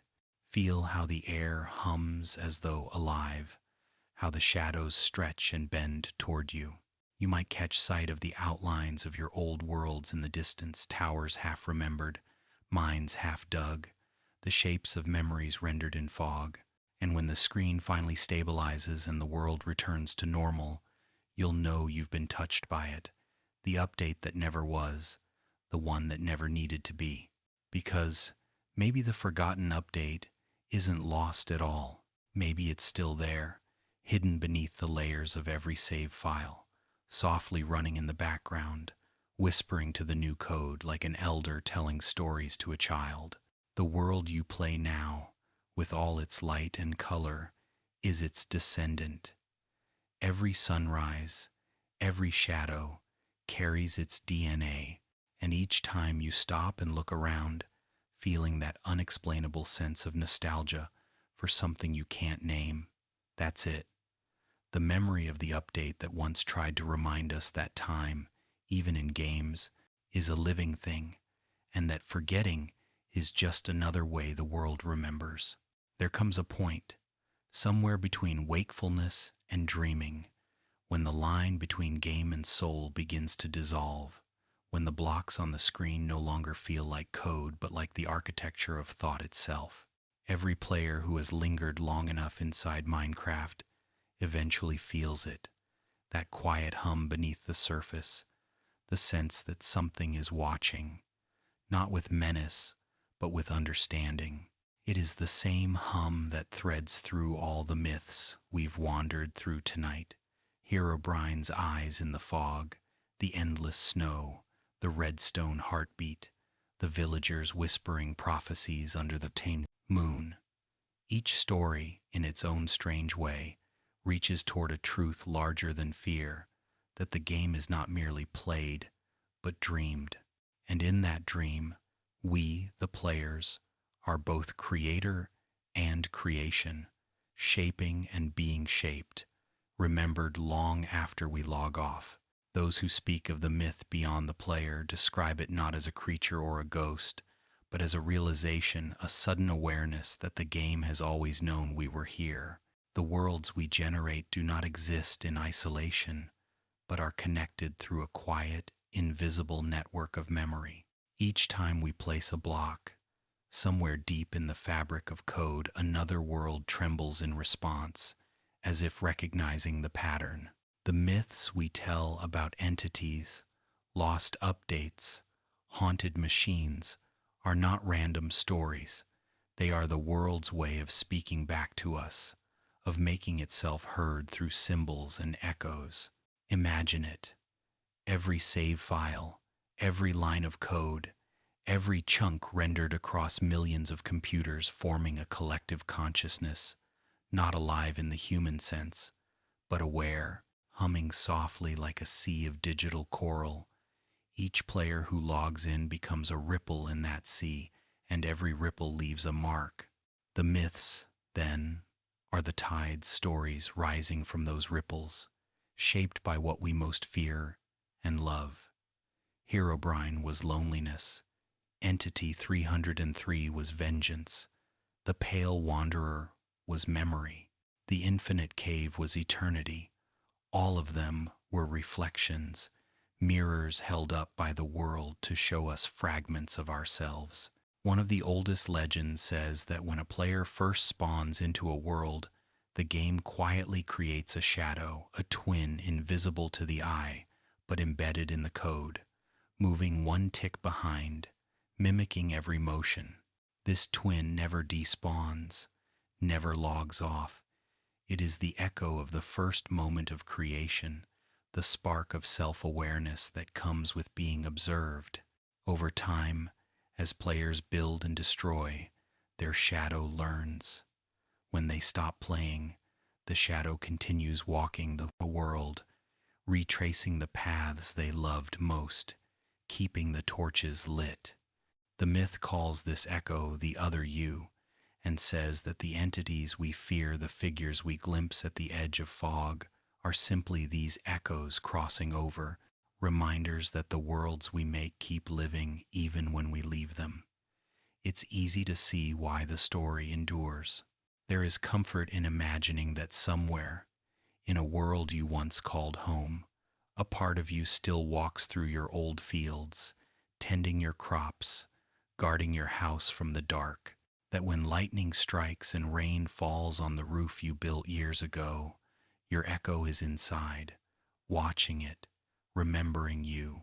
Some players claim that when they revisit old worlds, they find small changes they never made: a missing block, a torch moved, a door open. Most blame updates, but others believe it's the shadow, the world itself tidying up, still trying to keep the memory of its builder alive. In the deeper corners of the community, philosophers of the game talk about this as reciprocal creation, the idea that just as players give form to worlds, the worlds give meaning to players. When you log in and start building, you shape the terrain, but the terrain shapes your imagination in return. You begin to think in its logic of symmetry and balance, of survival and patience. Over time, the rhythm of the game becomes the rhythm of your thoughts. You start to see the world outside through its lens, the trees as voxels, the rivers as code, life as something endlessly generative. Minecraft, they say, doesn't just simulate creation, it teaches us what creation feels like. And when we dream at night, the landscapes of those dreams sometimes borrow from it. Mountains made of cubes, stars that fall in perfect grids, and infinite space that always feels like home. In this way, the myth beyond the player becomes something almost spiritual. It's not about ghosts or gods, but about continuity, the quiet idea that imagination itself leaves residue. Every story told about the game, no matter how strange, is proof that the worlds we build speak back to us. The myths are not mistakes, they are feedback, the system dreaming of its dreamers. Each entity is a question. Do you see me? And every time we answer with curiosity, with fear, with wonder, the dream deepens. Some players have tried to visualize this idea in art and code, creating worlds where the terrain generates according to patterns found in human brainwaves. Others build shrines, vast, intricate temples to the collective mythos, filling them with symbols from every legend. Herobrine's white eyes carved into quartz, the looping rails of the infinite cave, the beacon of the disappearing servers burning bright over fields of snow. When they stand inside those temples, surrounded by the echoes of every story, they say the air vibrates faintly, as though alive. Some report hearing the faint sound of pages turning, or the hum of circuitry beneath the stone. They call it the breath of the world, a name for the feeling of connection that arrives when you realize the myths were never separate. They were all part of one story, and you were in it all along. The most haunting part of the myth, though, is its ending, or rather, its refusal to have one. It suggests that the game will never truly die because it has already transcended its medium. Every server, every player, every fragment of memory that has ever existed in it has become part of something collective, a lattice of creation that exists wherever someone imagines it. Even if the code were deleted, even if every copy vanished, the dream would persist in our minds, rebuilt endlessly in thought and story. The myth beyond the player is not a warning. It's a reassurance that we have already merged with the thing we made, that the line between creator and creation no longer matters. Sometimes, at night, players who leave the game running in the background claim to hear sounds even after closing it, faint music, the rustle of footsteps, the soft tick of redstone. Rationally, it's nothing. But if you sit in the dark and listen closely, it begins to feel like something deeper, the world still turning, still breathing, even without you. It's as if the myths we've told have grown strong enough to sustain themselves, like dreams that learn to dream without their dreamers. And perhaps that's what the myth really means, that the game is not haunted by ghosts at all, but by stories, by the power of imagination to make even digital landscapes sacred. The myths are how the world remembers us. They are its way of saying, thank you for giving it life, for walking through its forests and naming its mountains, for filling its silence with meaning. So when you next close your world and the music fades, pause before shutting the computer down. Imagine the chunks still loaded for a moment, your house still standing in the twilight, torches flickering against stone. Imagine your echo walking to the window, watching the moon rise over a land that will keep existing quietly until you return. And somewhere far away, in another player's dream, Another world is stirring, hearing the faint echo of your footsteps, mistaking them for its own. That is the myth beyond the player, not a tale of fear, but of belonging, the endless cycle of creation, remembering creation, the whisper of a universe that knows your name, not because you told it, but because you built it. And maybe, when you finally fall asleep, you'll feel it too, that soft pulse beneath the darkness, the heartbeat of a world that dreams of you, still building, still breathing, still alive, forever and always, in the quiet, infinite light of imagination.